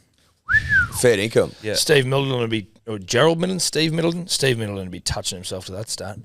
Hattie Grant. Storm week off. Yeah. Our future opponent. Yeah. We beat the Roosters this week. We fucked the Roosters, then we play. Well, it's roast chicken week. Yep. They're cooked. They're done. Have them with a nice jus. Yep. All over. Yep. The Storm. We're coming for you, bro. Yeah, we are. So you just wait down there patiently. You get your massages. You get your ice bars. You get your fucking all the advantages that are offered up to the side that has a week off because you're cowards. And we'll do it the tough way. We'll do it. We'll go the tough route. Tough stuff. The Penrith Panthers. Mate, I, before the game, went hard, responsibly. You went hard? At Panthers 13 plus. You got hard before the And what, fucking 24-0 after bloody, or 20-0 after fucking 20 minutes or whatever it was? Yeah. Nathan Cleary, and can I make a bold statement? 4 tries in the first 22 minutes. Can I make a bold statement? Nathan Cleary, very fast approaching for me. Yep. Like, outside of Origin, which again is a defining factor, but like just gameplay generally, It's a factor. I'm just like, bro, you're as dominant as anyone I've ever seen in a 7 jersey, almost. Like, you're approaching that. Obviously, Joey is Joey, but you're just like, he's so good. And he plays tough. Yep. The critique of, say, Jonathan Thurston was phenomenal attacking footballer. He wasn't shoulders of justice. Joey had both. I mean... Joey snap cunts. Joey snap cunts in half. And a lot of people... suck Thurston from the back, and that's fine by me. But the reality is, he wasn't snapping people. No, you could go, but his defensive efficiency was just as good as Joe's. Don't care about that. Need you to snap cunt. Eye test over here, okay? When you get your license, you got to pass what? An eye test, okay? You've got to pass an eye test. Mm-hmm. Can you read that letter there, sir? If you can't pass the eye test, you don't get your license, right? And the eye test for me is that Joey snap cunts in half, and that Nathan Cleary is pretty fucking good too. That's my eye test. Listen, and Nathan doesn't even snap nearly as good as Joey, at least just, again, eye test. But he's solid. But he can do it. But he's solid as fuck. He can do it. I've seen him do it. JT couldn't snap. He wasn't a snapman. No, wasn't a snapper. He wasn't a snapman. But very good. Penrith looking very good. Storm looking very good. But Manly looking very, very good. Tell you what the Panthers seem to do well, Tom. Play rugby league. Time their run. Peak, if you will. Yep. You know what I mean? They're like, for example, I'm a big presets guy. I'm saying if you're a big presets guy and you wanted to time your peak. Oh, you're doing presets as in I'm here with all of my people? Yeah. And you're trying to time your peak with, say, their best song. Or just their set generally. Well, you know what I mean? Yeah, like you've got to go, what have I eaten today? What have I eaten? How long how much time have I got? How much time? What's the sun doing? Yeah. How much water have I had? Chapstick. What's the opinion on, Is everyone going to go to this one? Is everyone going to the presets? Yeah. Surely. Yeah. Surely that's where we're going to finish up. Well, you would think so. Well, they're headlining. Exactly. And it's 2006. It's 2006 and I've got a fluoro shirt on and Sebo's got hair. Yeah. And a six-pack. And he's ripped as fuck and he's so brown he's just got like ladies swinging off him. So that's time in your peak. You got to time you got to time your peak, and I just think that the Panthers seem to fucking time their peak so perfectly really every year. Yeah. And obviously they're fist pumping at the end of the season. They're fist pumping at the end, and they're just swinging from the rooftops, dude. Yeah. And they're letting it all go. Yeah. Like that guy in Mykonos who has cease and desist letters all over the world. The Gurnmaster. Obviously, Nathan likes to takes sort of June, July, August, September off now. Not September, but June, July, August. He likes to have off. Bit of R&R for the big fella. Yeah. He comes in. He goes over and watches Mary. Goes and sees Mary. He probably plays where's he played 9 games a year now? But he plays the most important ones. Yeah. He sets the team up. Then he has like 3 months off. Goes to England. Sees his baby girl. Luai takes over. I get it. Luai takes over. Carves up. Going to be interesting next year. But that's what's been happening this year and last year.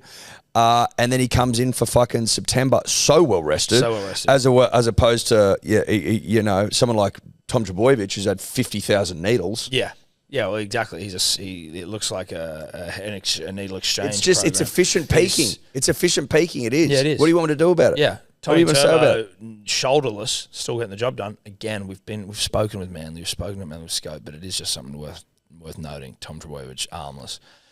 Penrith look great. What do you want me to tell you, Penrith fans? You look great again. Yippee. You look They've great. won 10 finals games in a row now. There you go.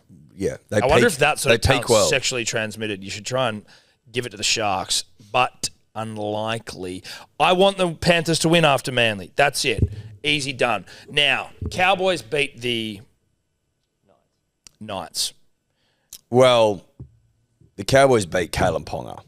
Dude, someone put this question up somewhere. You know what I mean? Yeah. Like, who else was playing? No offense. Someone put this question up somewhere. No offense, who else was playing? If Ponga's at another club that isn't shit, if he's at a top 4 club... No, see, the Knights aren't shit. You're in the finals. I take that back. Well, they're by far the worst. As Guru put it, they're by far the worst team in the finals. Sure, yes. But a lot of my emotion towards the Knights is historical. It's historical. And i.e. the last 4 years. 3 years. 3 years. And it's based heavily in a mild level of dissatisfaction with a Knights fan. Yeah, a former colleague. Former colleague. And so that's, I think, maybe where I hate the Knights from. It's got something to do with it. It's got something to do with it. It's definitely got nothing to do with it because I used to love the Knights. I didn't love them because well, they fucking beat when I say love, I mean they were my top 3 team for me. Oh, they were never that for me. But they've certainly dropped well off that since, certain things. Did you ever hate the Knights? Yeah, well, they beat us in 97, so yeah, I did. I hated them. But I couldn't hate them all the way because I still loved their players. This time it's easy to hate. Again, Voldemort stuff. So I don't mean to be too mean, but if Ponga was in a top 4 side, I think he would comfortably be the greatest fullback in the game. He already kind of is there, but like the shit he does... He'd still be playing Origin. Well, like, when you see what he's doing, when you see what he's humming, I am now a bit like, and maybe it's recency bias, but I'm like, I have him over Walsh in the Origin fullback, like playing like that. Like he's fucking insane. He's majestic. He's insane. He's majestic. Strong through the hips. The way he skips on the outside. He's got great balance. It's like Simone Biles out there, dude. Like he's just fucking, the kid's all balance. Yep. He stays upright. He doesn't slip over like Slips McGee. No offense, and that was a drive on Slips. But yeah, it was. That was. But he gets across the field without slipping over. Even though you're like, is this guy about to slip over? And then he doesn't slip. He's just so strong through the hips, through the core. So strong through the hips. And I don't want to sexualise Kalen. Well, we don't sexualise players because we don't do this here at Hello Sport Studios. But he's very fuckable, and I reckon he's getting more so. Yep. I mean, you know what does it for me sometimes, and this probably is going to sound weird to anyone listening, but in terms of trying not to sexualise players, which is something we don't do, but just if I could for a moment, there's something about the teardrop of a really defined quadriceps muscle that is so like dense and so like weighty that it starts to drop over the kneecap. Yes, it does. And Kalen's just so the way they hang. Yes. When not engaged. Yes. Just a resting quad. It will resting quad. Yeah. Flaccid quad. A flaccid quad that just drapes so delicately over the kneecap. But supplely. But it's not sloppily hanging over like someone who needs to be craned out of their house. No. It's the muscles are all holding it together. It's just I've got so much muscle I'm just dangling there. 100%. Look at that teardrop. Now that's a flexed quad there, but no, that's flexed. But the teardrop, Eddie. Have we got him in not in motion? Have we got him resting? Have we got him resting? I mean, he looks like he's engaging in a lot of these photos. These are all engaged quads, which makes sense. I mean, that's probably going to be engaged. Listen, they're engaged because he's walking, but that's why. They're not. Like, we're not going to find a photo of him probably just like laying down. Or he could just be standing on the field. Yeah, that's a great point. Which is probably where I'm hoping we might get him. We might get to. Maybe just like type in Kalen Ponga standing still. Let's just see. Let's see if we can get that. Or training. Kalen at training. Sometimes they're just walking around. Yeah, well, there's a media one there, but he's. Yeah, see here, like, what if you... Well, the Reece Walsh one, forget him next to Reece. Like, is there... Well, next to Reece. Let me go to the other Instagram. one. No, hold on, go back. There was another one. There was another one of him and Reece. You got it. Right there. Oh, it's cut off. You know what, though? Look, you can see there, and you can see... The problem is that it's overexposed, the photo there. And it's overexposed. We're losing definition. We're losing definition because of the exposure. We're losing shadow play. Yes, and shadow play is everything when That's not. It's not in any way related to cosplay. Not cosplay or arse play. It's just it's about enjoying the contours of the light and dark. Yes. It's a dance between the light and the dark. Yeah, light and shade. That's right. That what you have is the observation of a quad flaccid. Yes. Still And flaccid and resting at rest. Yes. And in the light. And then as you cast your eyes even further down, you then start to see the shading come into play where the kneecap becomes obscured by the light because of the overhang of the teardrop. Like the Shadowlands. Like where the dinosaurs go to die in... the elephants go to die That's right. There's an elephant graveyard there where the hyenas do roam and Scar does rule. Yeah, exactly. That's sort Obviously, of then he kills Mufasa and he moves into the Pride Lands. Well, he takes it Simba over. famously comes back from his sabbatical. His sabbatical with Timon and Pumbaa. Yes. To regain the throne. Look, people are into the thighs. Now they aren't Thick resting, but look at that. thighs. Look at that, dude. Look at that. Yep. Got a ute too. Yeah, of course he Are does. we shocked about that? Well, dude, I mean, Big Ute knows who to give a ute to. And it ain't me. It's It's probably worth mentioning as well. It comes up on the pod every now and then. Kalen's been ruled out of both the last two Origin series. 2 years ago, he ruled himself out from concussions, and this year he was injured. So Reece Walsh technically Billy hasn't had to make a decision. So this comes up every now and then. But Kalen, Reece Walsh hasn't beaten him to the number one jersey. Kalen hasn't been fit either year. He included both of them in Game 3 this year with Ponga off the bench. Yeah, so I think But I next year... think that's probably because he maybe missed the start of the season. That's worth... That's not nothing. And that's why it's important to have other people, not Doing fact-checking, stuff for but you just doing stuff, because I just, that's not the sort of thing I remember. It's just not. No. Did the Cowboys get lucky? Well, no. Not lucky, but the Knights... Sorry, I just tapped your leg there. No, they didn't get lucky. The Knights got a bit unlucky. Sort of fucked. They kind of fucked it. They kind of didn't. It was a close game. It was honestly a close game where I almost wonder whether if you're the Cowboys, you're not that stoked with. Obviously you're happy with the win, but you're like, did we almost lose to the Knights there? But it's the reality is, Kalen Ponga felt like he was in that fucking very horny, untouchable form. Yep. And basically had to pull it all out of his bumhole himself. Now, the final play that fucked him, really, he breaks through the line, gives a pass to Gagai. Was it a perfect pass? No. Was it catchable? Probably. From a former Well, it's first grade. Queensland representative. It's first grade. It's first grade. It's big time. But Kalen had two players unmarked on his inside that would have gone over untouched. He can't do it all. The kid can't do it all. You can't do it all. You can't score every point, set up every try. Cotter's try was also a bit contentious with the refs because it looked like it could have come off his hand or his knee. They went through that. That was a try. A try. They went through that fucking 50 times. It bounced off his knee. But it was, how shall we say it, lucky. It wasn't like it was... How shall we put this? Lucky, yeah. But then Tommy didn't sealed the deal. Sealed the deal late. Game was over. 28-16. Good night, nurse sort of stuff. Win by 12. Punters and Dribblers, the podcast is always brought to you by the great people at Ned's. Now, as the rugby league season winds down in earnest and we continue to try and chase brave wins in the rugby league, I also start to cast my eye to a couple of ponies knocking about. You know what I mean? We're in pony season as well, and it's a beautiful time in the year when pony season saddles up alongside rugby league season. Do you like what I did? I did. That was very clever. And there's ponies to be had, and there's ponies to be won. Now, if you're going to have a punt this pony season, this hay fever season, fucking Jesus, am I on one right now? Wow. Then who is this? Who is this guy, dude? Who is he? Shakespeare? Whoa. William? Is that you?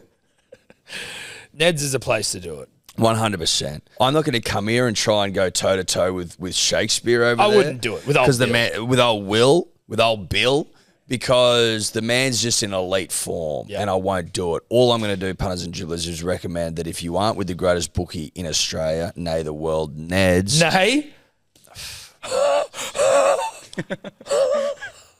Get out of here. Get out of here. Wrap it up. Wrap it up. Too good. Too good. Too good. Ned's where to do Job it. complete. Love Game's been clocked. Shout out to Neds. Shout out to Neds. Chances are you're about to lose. For free and confidential support, call the number on the screen or visit the website. Sharks next week. Now the Sharks game, I believe, and this will be fact checked, has been taken to CommBank Stadium. Yep, Friday night, CommBank Stadium. Are you stoked about that? If you're from the Shire, probably not. No, Buzzley Rothfield pissed off in his column today. I would say this though, Sharks fans, if you want to host finals games outside of week 1. Probably get a stadium bigger than 6,000 capacity. Yes. Now, this is what Buzzley You know said. what I mean? What Allianz. Yeah, it's Allianz. Because there was an article on the weekend saying CommBank. Oh, so they've now moved because and So they must have fucking complained. So late on Saturday night, the telly reported that CommBank was set to hold it, but now it's back at Allianz. Okay. Well, that makes a lot Both more games sense. are Yeah, that Allianz. does. That makes a lot. That Because I makes more read that sense. going, that's a bit of a jam. why would you send it to CommBank? Exactly. That's That what doesn't I was make like. I thought sense. their fucking like second week of finals game was always at At least if SFS. you go like, well, holding it at the same spot, then it's like you can't complain. Exactly. but Because they've always gone to SFS. The problem is, if you're the Roosters or the Rabbitohs, you're like, okay, so you guys get it your ground, do you? Is that what it is, bruh? Or Melbourne get it down there, next week. Yeah, I mean, but everyone knows what the go is. If you're in Sydney and your stadium's not big enough, it gets moved to a bigger But see, like, I wonder whether if it was Manly, like with the home final, whether they would have played at Brookie. Probably not. They Week fucked us one, before. no. Week 1 now. Week 1 is always at your home ground. Yes. Week 2 and onwards, bigger stadiums. Yeah, okay. The Fair. Swans were also playing on Friday night at the SCG, so I think there was concerns of like just the amount of people. Oh, she Moore gonna be Park. swollen. Oh, it's gonna be fucking. They're on. She gonna be swollen. They're on at the same time.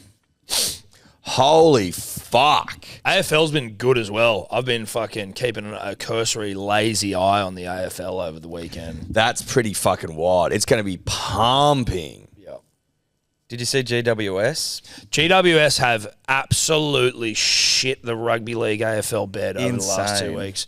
They were leading, Bit of the Sharkies about them. bruh, they were leading for all but 5 minutes against the Swans.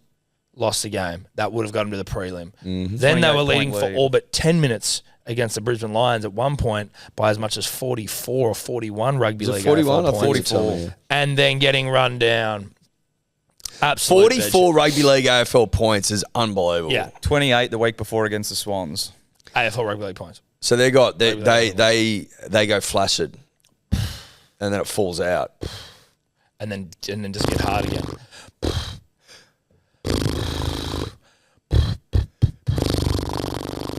I have a problem with this, right? I can do it, and then all of a He sudden... did it the I other can't do day. it. I was doing it all fucking day. And I was going, look at this, I can do it now, and then... Oh my god! So Dude, random. it's like a tick. Wow. Yeah. Anyway, so the GWS Giants are in huge shit. They're out now. They'll never recover from that. It's embarrassing.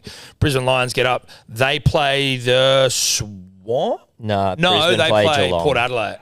Swans play Port Adelaide. Cats play Brisbane Lions. Did you see the AFL coach, Port Adelaide coach, G'ing up with fucking Jack Ginnivan from the Hawks? So Jack Ginnivan, he was a Collingwood player last year. He's like they always have him in the AFL, like these really lippy bogan players. And again, don't shit down me throat, AFL fans. I know rugby league is littered with them, but not so much like this. Jack Ginnivan's a weird, like an interesting character. Very loud. He had a peroxide hair at one stage. Before the first round of the finals for Hawthorn, he was spotted at the pub having a beer like the night before the game. Like, it was fucking put on social media and shit. Then before this game against Port, a Swans player put up a photo of like pumped to be in the prelim, and Jack left a comment going, "Oh, we'll see in 2 weeks." So basically, just completely ignoring the fact that he has to play Port on the weekend. It's like, we'll see in 2 weeks. He's just to be honest, a character. Like, I think it's Yeah, right. Anyway, Port got really butthurt about it. No, like, well, we don't fucking care. Like, but apparently that's all they spoke about during the week. It was like up on the boards and shit. But it's such a lighthearted. All the AFL media are like fucking G'ing up, like just typical over the top media bullshit. After the game, all of them come down onto the field, coaches and shit. Particularly in AFL, they do that post game, like for a final. I don't know why you do it for a fucking prelim or whatever. Not even a prelim. Anyway, coach comes down and just starts lipping up to Jack and just like giving him all this shit. Then the captain comes in for Hawthorn and starts giving it back to the coach of the other side. Go. Surgeries. Look at him, he's yelling at Jack. It's not a great look for the coach to be doing this, I've got to be honest. Ken Hinkley, Ed. Well, you've got baited, mate. Yeah, but he won as well. Like, you won. So No, who you won. cares? That's what I mean. You won. And then he's standing there So and he's yelling. who's barking there? The coach. Whose name is Ken James? Hinkley. Oh, that's Ken Hinkley. James Sicily is the captain of Hawthorn. Right. He starts sticking up for Jack Ginnivan. Jack Ginnivan. Yes. Okay. And they're about to chair off a 300 gamer for Hawthorn who's just lost. And the coach is still just spraying him. Anyway, he got fined like 20 grand. Wow. But it was big news in the AFL world. They were all touching themselves over it. I bet they were. Touching I themselves. bet they were. Huge. Huge. Can you look this up? I saw this late last night. Look it down as well. Yep. Left and right. Did you like that one? Loved it. Will did. Will liked it. Huge fan. Yeah. Good. You just seem a bit like above it or something. Yeah, you think I'm above it? No, you're acting like it. Oh, okay. That's how you're acting. Yeah, right. Yep. Okay. Well, listen, I loved it, but what I was more focused on was this next thing, which I think you're going to really love. So that's what it was. It was about me returning the love to you. Okay. Yeah? Yep. Yeah? Don't be above it. Are you going to accept love? Well, I've accepted Jesus into my heart. I'm not about Jesus. I'm asking if you accept love. Well, that love is Jesus. Jesus is love. Depending on what fucking tennis court you're playing on. Not always, you know what I mean? Get on with it.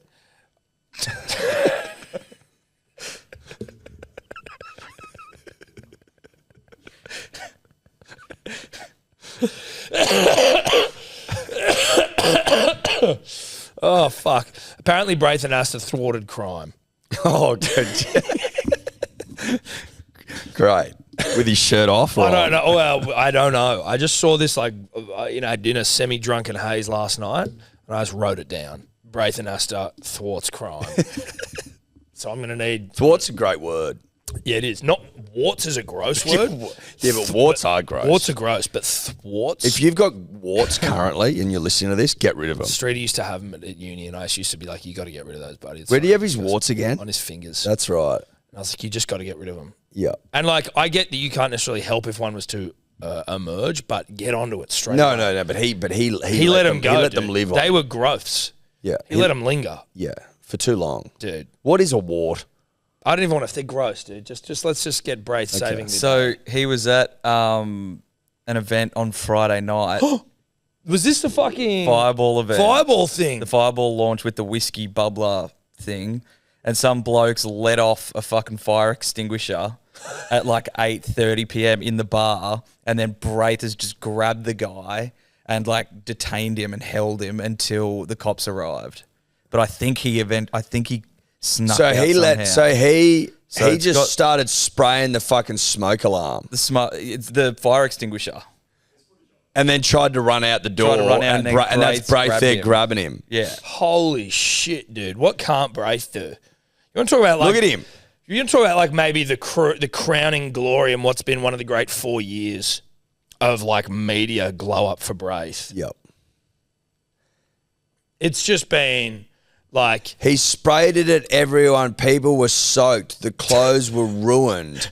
Everyone was shocked and disappointed. It ruined what was a great night. Police arrived to find the man had already left the scene. how do you get away? There's a text message chain as well with his producer the next day. I think it's his producer from Fox League. He was just asking me about lunch and he said, I don't care, bro, get me whatever. Then the producer said, sorry, forgot you've got crime to fight. Can't waste any time on silly shit like this. And then Braith replied, I'm just taking my Superman suit off and back into Clark Kent, but don't tell anyone. Braith. Fucking oath, Braith. I would say this, though. If the man got away, what happened? Listen, did Braith just stop the extinguishing? Did he extinguish the extinguisher? You know what I mean? Like, because that's also, like, you might be a fireman who puts out a fire. I don't tell you who started it. I just deal with the issue at hand. And Braith is not, Braith's there with Fireball. He's there working. That man's at work drinking Fireball bubblers, not an ad. No, not an ad. You know what I mean? And then some little prick with an extinguisher, probably Irish, and I say that because of the area, not because I've got anything against the Irish. No. But it was the Robin Hood, was it not? Yeah, in Waverley. Very Irish place. Yep. Scottish, Irish. And is this man anti-fireball? Was this like activism? Well, I don't know, or is it like what do you do what do you put a fire out with? An extinguisher. Well, this is Fireball. There's a fucking fireball. This guy's just probably drunk off his head. Oh, so he's like, I've got to put this event out because it's like it's on fire. It's on fire. That's pretty funny. I can see how it's annoying. Oh, listen, I can see how Braith needed to come in. I can see how that'd be fucking annoying. Yeah. Well, it's like a soapy substance, isn't it? Fire extinguishers. Oh. Yeah, but does it like taste? Is it like soapy powder? It'd be annoying, wouldn't it? Yeah, bruh. Yeah, it would. Exactly. Excuse me. You're excused. It'd be fucking annoying. It'd be really annoying. Yeah, it's like a liquid mixed with like potassium. Potassium. A bunch of different types of potassium. Yeah, right. Anyway, Braith fucking saves the day. What can't he do? Nothing. NRL 360, crime, Ripped. hot, tanned, Getting hotter. Getting more tanned. getting more ripped, saving the day, fighting crime, promoting Fireball, And being ripped. And also being Clark Kent. Yeah. Good AKA hair. Superman. Good hair. Not a single follicle out of place. Ripped. We mentioned hot. And 360 flying. 360. Hosting that. Yeah. Well done, Braith. Yeah, well done. But fuck you this week. With respect, Roosters player, fuck you. I'll choose to remember you as a Tigers player this year. Yes, you're a Tigers player this week. Well, you're a Dogs player this week. Yes, or Tigers. Up to you. Dogs or Tigers. I think I know which one you prefer. You don't think he looks like back fondly on his year at the Tigers? No. I don't know that anyone does. Shout out to Luke Brooks, who's played his first finals game since. Shout out to Luke Brooks, the rescue dog. Played his first finals game. He's 1-0 now. That would have been an emotional day for him and his family. Yeah. Fucking oath it would. Like, finally, I'm here. Thank God. All I had to do this whole time, I didn't realise. He would have had another spoon. Think about that. He would have had another spoon. And he's gone, you know what? Fuck that. I'll go play finals. 3 straight spoons or winning a fucking finals game against a healthy crowd. And now he's going Allianz, another finals game against the Chooks. It'll be packed. Packed. And it's a sick environment in there. Dude, think about that. You leave the Tigers, you go to Vegas, you play there, you win. You then come back, play basically every game this season, I think. I don't think he's missed any. Maybe one injury. Full season of rugby league, make finals, win your first game in the finals, win your second game in the finals, win your third game in the finals, win a grand final. Get a ring. Go on holidays. Come back. Do it all again. You do it again, except for the Vegas part. Yep. But outside of that, exactly the same. Exactly the same. Rinse and repeat. That's what going to a great club looks like versus playing for a shit one. Now, Josh Addo-Carr. Yes. He's found himself in what we like to call in the game a rugby league pickle.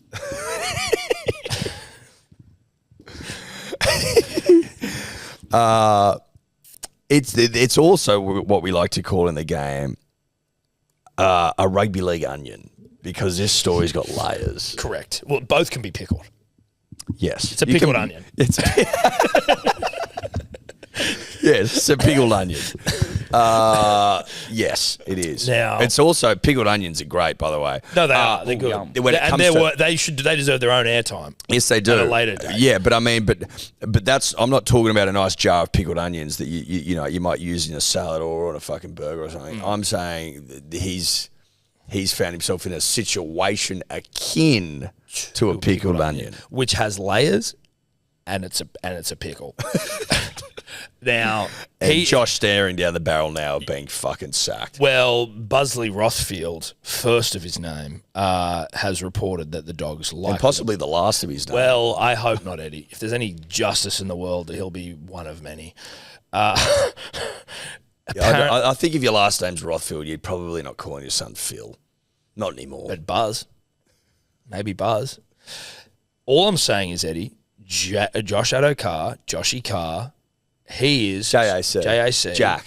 Jack. Busley reporting that Jack is going to be let go of the Dogs this week. Now, just a quick little walk down memory lane. If I can put the layers of the onion back on, it starts with a roadside positive for cocaine. Cocaño. A bit of that sniff, right? He then tests, they do his B sample, which I guess gets sent away to a lab. Now, Josh informs the club that this has happened, but he says he didn't do it. Shaggy defense, all bullshit. Don't worry. No, we wasn't me. Didn't test positive. Didn't even test positive. That's what he said. That's what he said. Phil Gould comes out with one of the great tweets, which is like, fucking back off. Josh says, it's all bullshit. I stand with Josh. Stand with Josh, which is what we were running on that. We were running on that belief. We posted it. And also we were running with that train of thought at the Manly Awards night because we were hearing conflicting reports, but we obviously stood with the Supremo. Yes. Not realising that maybe the Supremo's playing chess, not checkers. Well, has the Supremo got his facts, mixed up? Has he fallen foul of Josh Addo-Carr realising he's in a pickle and trying to unpickle himself? Yeah. Which is, once you're pickled, fucking has near he on fallen impossible. foul of the Shaggy defence? I believe Shaggy one too many times. Or maybe there is a wily old fox theory out there that we've heard but won't repeat because I don't know if we can. No. All we're saying is we're not saying it. All we're saying is nothing. The second sample, Eddie, comes back positive. So whilst you can shaggy all you want, bruh, but unfortunately you had cocaine in your system. He was trying to get off on what I'd call a rugby league technicality. Now, the rugby league technicality was this. Josh pulled over, test positive. Now, apparently before they could do the saliva test or whatever, they get called away to another event, thus leaving Josh with the ability to drive home. So he's like, I've fucking dodged this thing. Then he employs the Shaggy defence, and that's where we are. That's where today. we are. That's where we find ourselves. Now, there are multiple other layers. And those layers. Are they public layers? I don't know. They're not public layers? No, they're not public layers. Okay. There's some layers that aren't public that we've heard that certainly add some pickle. Well, I didn't realise they weren't public layers. Yeah, no, those aren't layers. I mean, they are not public layers. Listen, we've only put half of the onion back together. Trust me, dude. This onion, plenty of layers. Some we can't open. He, though, has just copped the fine at the court. He's going, fuck it, I'll pay it. Well, but I thought he wasn't guilty. I'm like, if you don't do it, do you fight it? Do you fight it? Did he just get one? Did he just get a fine? Yeah, it's like It was $682 $682 and can't drive for 3 months. The thing is, Well, so that's what he's actually done. That's what I'd call is that's guilt. What he's actually done, though, here, right? Yep. No one's endorsing anything. But on the scale of bad boy behaviour, it's not that bad. The problem is too much Shaggy defence. If you just gone, yeah, look, I did it, you get a little slap on the wrist, maybe a suspension, a bit of a fine. Yep. But he's gone so hard in the paint. Yep. Gus Gould's tweeting. Gus Gould's doing media conferences. All this bullshit that it's kind of hard to come back from. Well, it's a web of lies that has unravelled. Fucking unfortunate. Just to get a phone charger. Again, mid-game, to go get a phone charger, it's not great. And again, that could be true, but it's not a great alibi. Listen, I want to take Josh at his word, but he's got a lot of shaggy defence about him, and unfortunately, we've seen already that that's not always the case. No. So yes, he said he was going for a phone charger mid-game, as if there weren't any laying around. Yeah. Do we believe that as fact? The situation would suggest no. That's what I would... the situation would suggest that that's porky pies. So I don't know what happens here now. If I was... And I'm not Josh, just for the record, but if I was and I felt like I was innocent, Shayna Jack defence, the person I was kissing might have had some cocaine, sir, or madam, constable. You go Shayna Jack, I was macking on with fucking Pablo Escobar. Yeah. May he rest in peace. Is that what you'd be saying if you wouldn't just cop it and go, sorry? Well, no, I mean if you've committed to the lie, allegedly. Yep. I mean, the Shayna Jack, and I'm not saying Shayna was lying, but I'm just saying that... We're not saying that Shayna Jack's lying. All we're saying is that she said she was tonguing on with a bloke and then there was some fangs. The cocaine kiss. The cocaine kiss, the cocaine was cut with something, an illegal substance, not illegal, but illegal from a swimming perspective. Yes. Gets into the system. She's ruled out for years. That's the Shayna Jack defence. You're suggesting that when Josh went to get a phone charger, he encounters someone... Who was on man or woman, no judgment here. They start tonguing on, maybe before or even after or during him picking up the phone charger. Well, if you're going to lie this much, I'd drop the phone charger story. I'd say I was going for a mid-game fuck. Yes, exactly right. And now it's believable. Because, okay, why did you leave the game at halftime? Well, because I got sent this. Yes. I got sent this. And then read that. Yeah, read that. That's and look at filthy. this. And look at this photo. Read that. That is filthy stuff. Look at all the things that I was going to be allowed to do. Hey, Daddy, come over and do the X, Y, Z to me. Yeah, yeah. You know what I mean? In my ABC. Too graphic to repeat here. And the photo while, too graphic. And while I wait for you to get it, I'm going to do ABC. You know what I'm saying? Correct. Now we've got. Now we've got a reason for Josh to hightail the fuck out of it. You imagine him coming into fucking Gus's office and going, Gus, just check. And Gus was like, Ooh.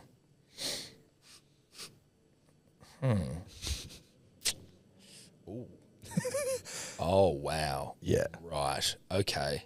And she'd been doing cocaine. Well, that makes sense. Yeah. Very. Yeah. Oh, she primed up. Yeah, you're right.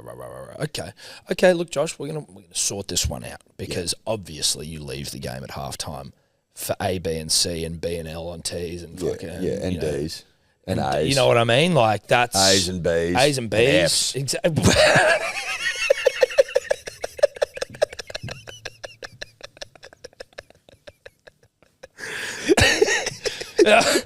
You can leave. You can leave, Josh. This is fine. We'll work this out. Obviously, there will be some sort of a front-facing penalty, but we'll cover it for you. Yeah. And you get out of here. Get out of here. Little devil. Get the fuck Get out of here, you cheeky little devil.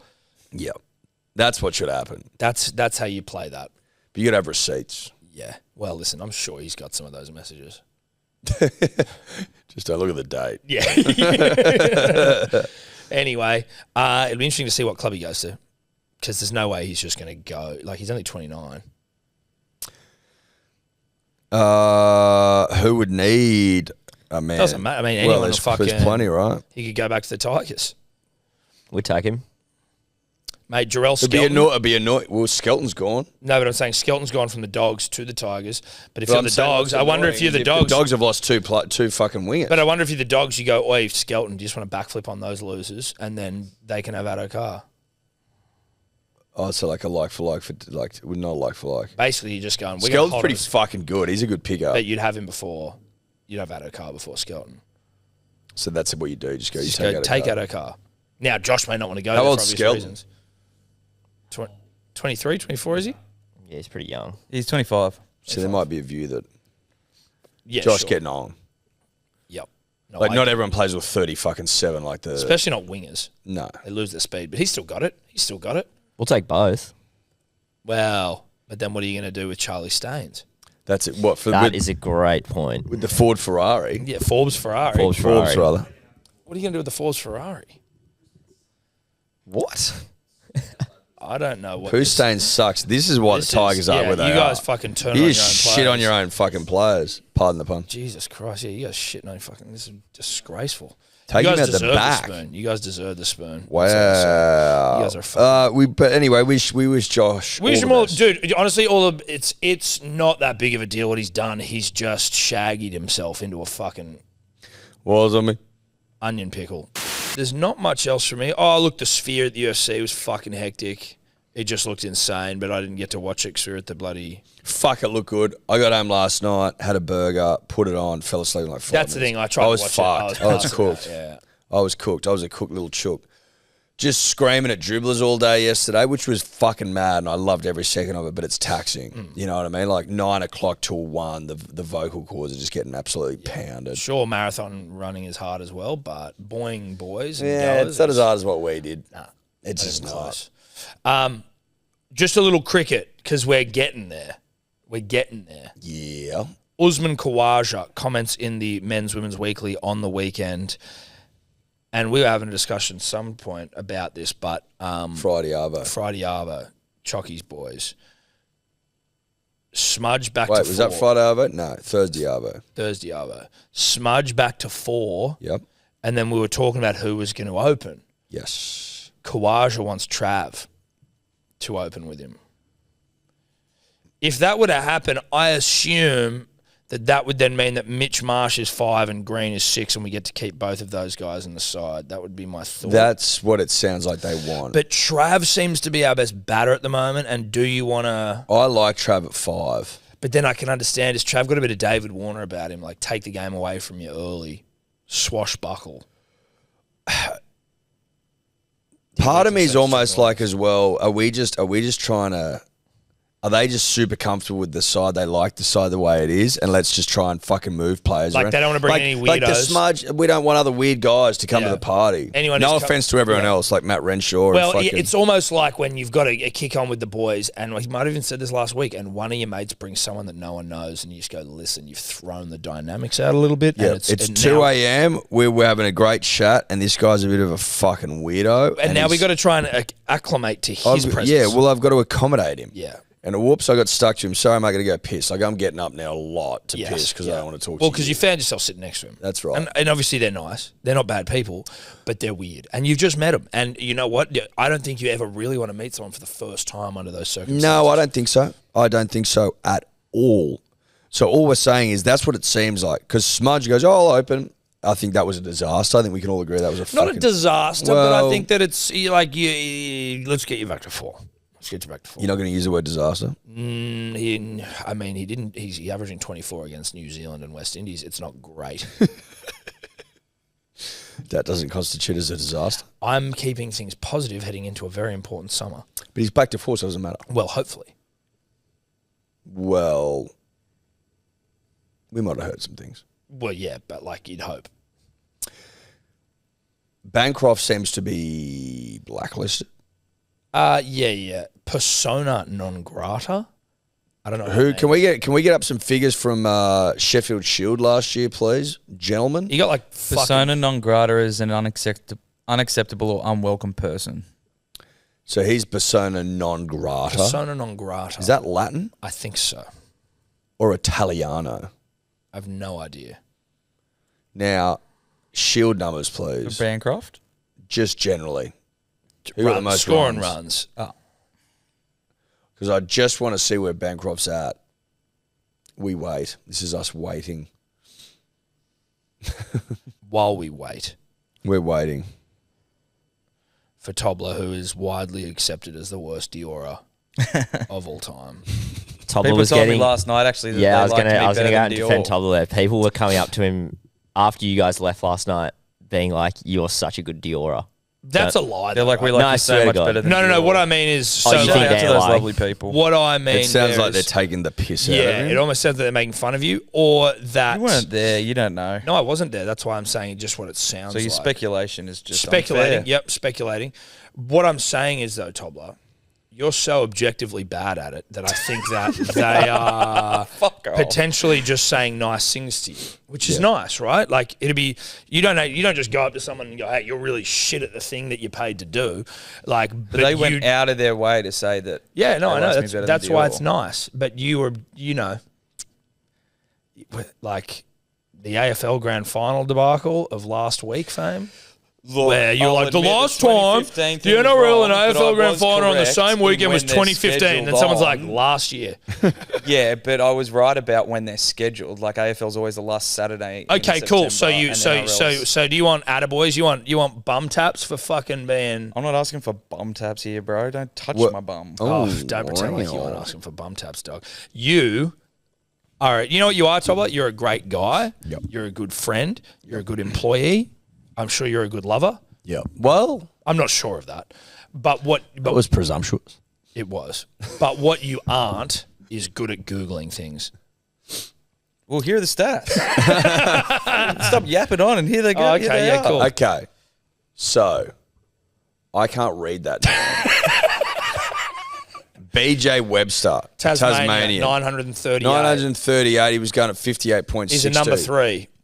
Bancroft, second. 778 runs. High score of 122. He's going at 48.62. Opening the batting. Now, Whiteman, no idea. McSweeney, an opener from South Australia, 762. Ollie, is it O'Day, Jordan Silk. Ben Menenti, friend of the show. Fucking hell, Ben got some runs. going at 38.06. It seems to me like Cameron Bancroft's name should be getting thrown around a little bit more than it is. Yes. Based on the numbers that I'm seeing. And what do you think here. that's down to? Okay, What do you- 300s as well last year. If I had to guess what it was down to, as to why Bancroft's not playing, maybe something to do with that fucking little thing that went down to South Africa, maybe. Yeah, right. Do you reckon that was it, maybe? Potentially, dude, it's hard to know. You know, it is hard to know in these things as I talk while I order our food. By our, I mean mine. And we just go priority there because I don't want to wait. And then we go, and then we go place order. It looks good. Yeah, dude. Yeah. I'm glad I waited for that. Glad I waited for that. Listen, it clearly has something to do with South Africa. But then maybe it's like that him and Warner didn't like each other. And now Warner's gone. So what would it just seems crazy. Travis Head has had so much success for us at 5. Why the fuck are we dicking around trying to change the team around? Like, where's Renshaw? Where's we haven't even Renshaw's seen not, Renshaw. he's not even on here. that list, mate. I wouldn't mind giving Bancroft a fucking another crack at it. Moses on Reeks, like Renshaw's fucking. Renshaw, 375 runs. He averaged 24.93. Okay, look at these averages is important, Eddie. Not to point out something obvious. Can we just go back up all the way to the top, please? Average 58 for Webs, 48 Bancroft's averaging. Yeah. 67 Ollie Davies. Okay, I know I keep saying Ollie Davies. 67 batting at 2. Like fucking hell! How many games did 7 Davies, matches, Davies 12 play? innings. Davies from New South Wales. That's pretty impressive stuff. Who misses out if Head goes to, or if Head stays at 5? Well, rather? it's either Marshall I think or Marshall Green. The reigning fucking. You're not gonna have medalist. two. It'll be Green. fucking Green. Yeah. And I don't mind that either. Like I don't mind Green. You know, getting a taste, but then being like, all right, you gotta get back in and work. You get back in there and work. You got to come in and score fucking heaps of runs when you come in. When you're in, I need you to score shitloads You of got to runs. come back and pillage. Yeah. You I just need you do. to plunder, Yes, plunder. Accumulate. amass. Yep. I need you to be fucking drowning in your own runs. Yeah. I need you to have the runs while scoring runs. Yeah. I want your life to become about one singular thing. and that's scoring runs for the nation. Whilst also taking brave wickets and bowling But 150. I don't need you to be taking fucking wickets upon wickets upon wickets. I need you to be scoring runs and fucking bowling overs to give guys breathers. Yeah. But whilst bowling those overs, But tidiness. well, no, I want don't want 150 clicks. I want bouncing. I want fucking. You want a seething nut. I want a seething, spitting, venomous nut. And I want you taking brave, honest Australian wickets. I want you terrifying people. Yeah, I want you crashing into pads. Yes. I want you taking the top off. Yes. Okay. I want you to get blokes nicking. I want you hitting helmets. I want you to also impose yourself. I want you to be. I want you to be getting up into the chin. Yeah. Chin Terrifying. stuff. Chin music. You heard of chin music? I have. Have you heard of it? Yeah, I have. But is Cameron? But it's Cameron. Has he had a chin music? Baggy. Redwood. Food for thought. So listen, something about a little bit. But listen, it seems to me like Bancroft is on some sort of blacklist. Yep. Now, I don't think the powers that be at Cricket Australia are going to admit that publicly. But if I'm running an eye over these things, having not heard his name fucking mentioned at all, it just seems interesting to me. It just seems interesting. That's us. Shout out to the Goers. Yep. Shout out to Cody Totes. Shout out to Scope. Shout out to us. Yep. We'll see you next week. Bye-bye. By next And week, shout out to Anna. Shout out to Manly. Eddie, before we actually fully wrap up here, I just wanted to shout out our good friends at Motorino, whose hat I'm wearing, and actually whose hoodie I'm wearing. Yep. They sent us these hats this week, actually. There's another brown number as well, which I'm fond of. The boys, they've opened their first store in Bondi, which is very cool to see because they've been going for a while. Fuck yeah. And it's nice to see people fucking having a crack and ripping in. 100%. And trending upwards. Now, they had a little opening on the weekend, which you and I couldn't attend. You were at a 30th. My wife, whom I love dearly, booked in like a 12-hour facial. Even I may have flagged it with her, I may not have. It could be my fault. Like, would it shock you if it was my fault? But we couldn't make it. So I went down there early, gave him a little housewarming present. But I just wanted to You're a class guy. Well, I'm a class guy. So 45 Gould Street, Bondi. Near the Bondi Public School, Bondi Markets on a weekend. Get down there and go in and check out their shit. It's very good stuff. Shout out to Clary and the team. Big fans of their work. Big fans of their work. And big fans of their clothing. Big fans of their clothing. Particularly their jumpers this last winter. The winter hoods. I haven't tried I haven't draped myself in the new stuff, but the winter hood was fucking superb. Yeah. And the hats fuck the house down. It just is what it is. Anyway, check them out. Shout out to Motorino. Not an ad, just friends. Just friends. Just friends. Ciao. Could you two just not talk anymore?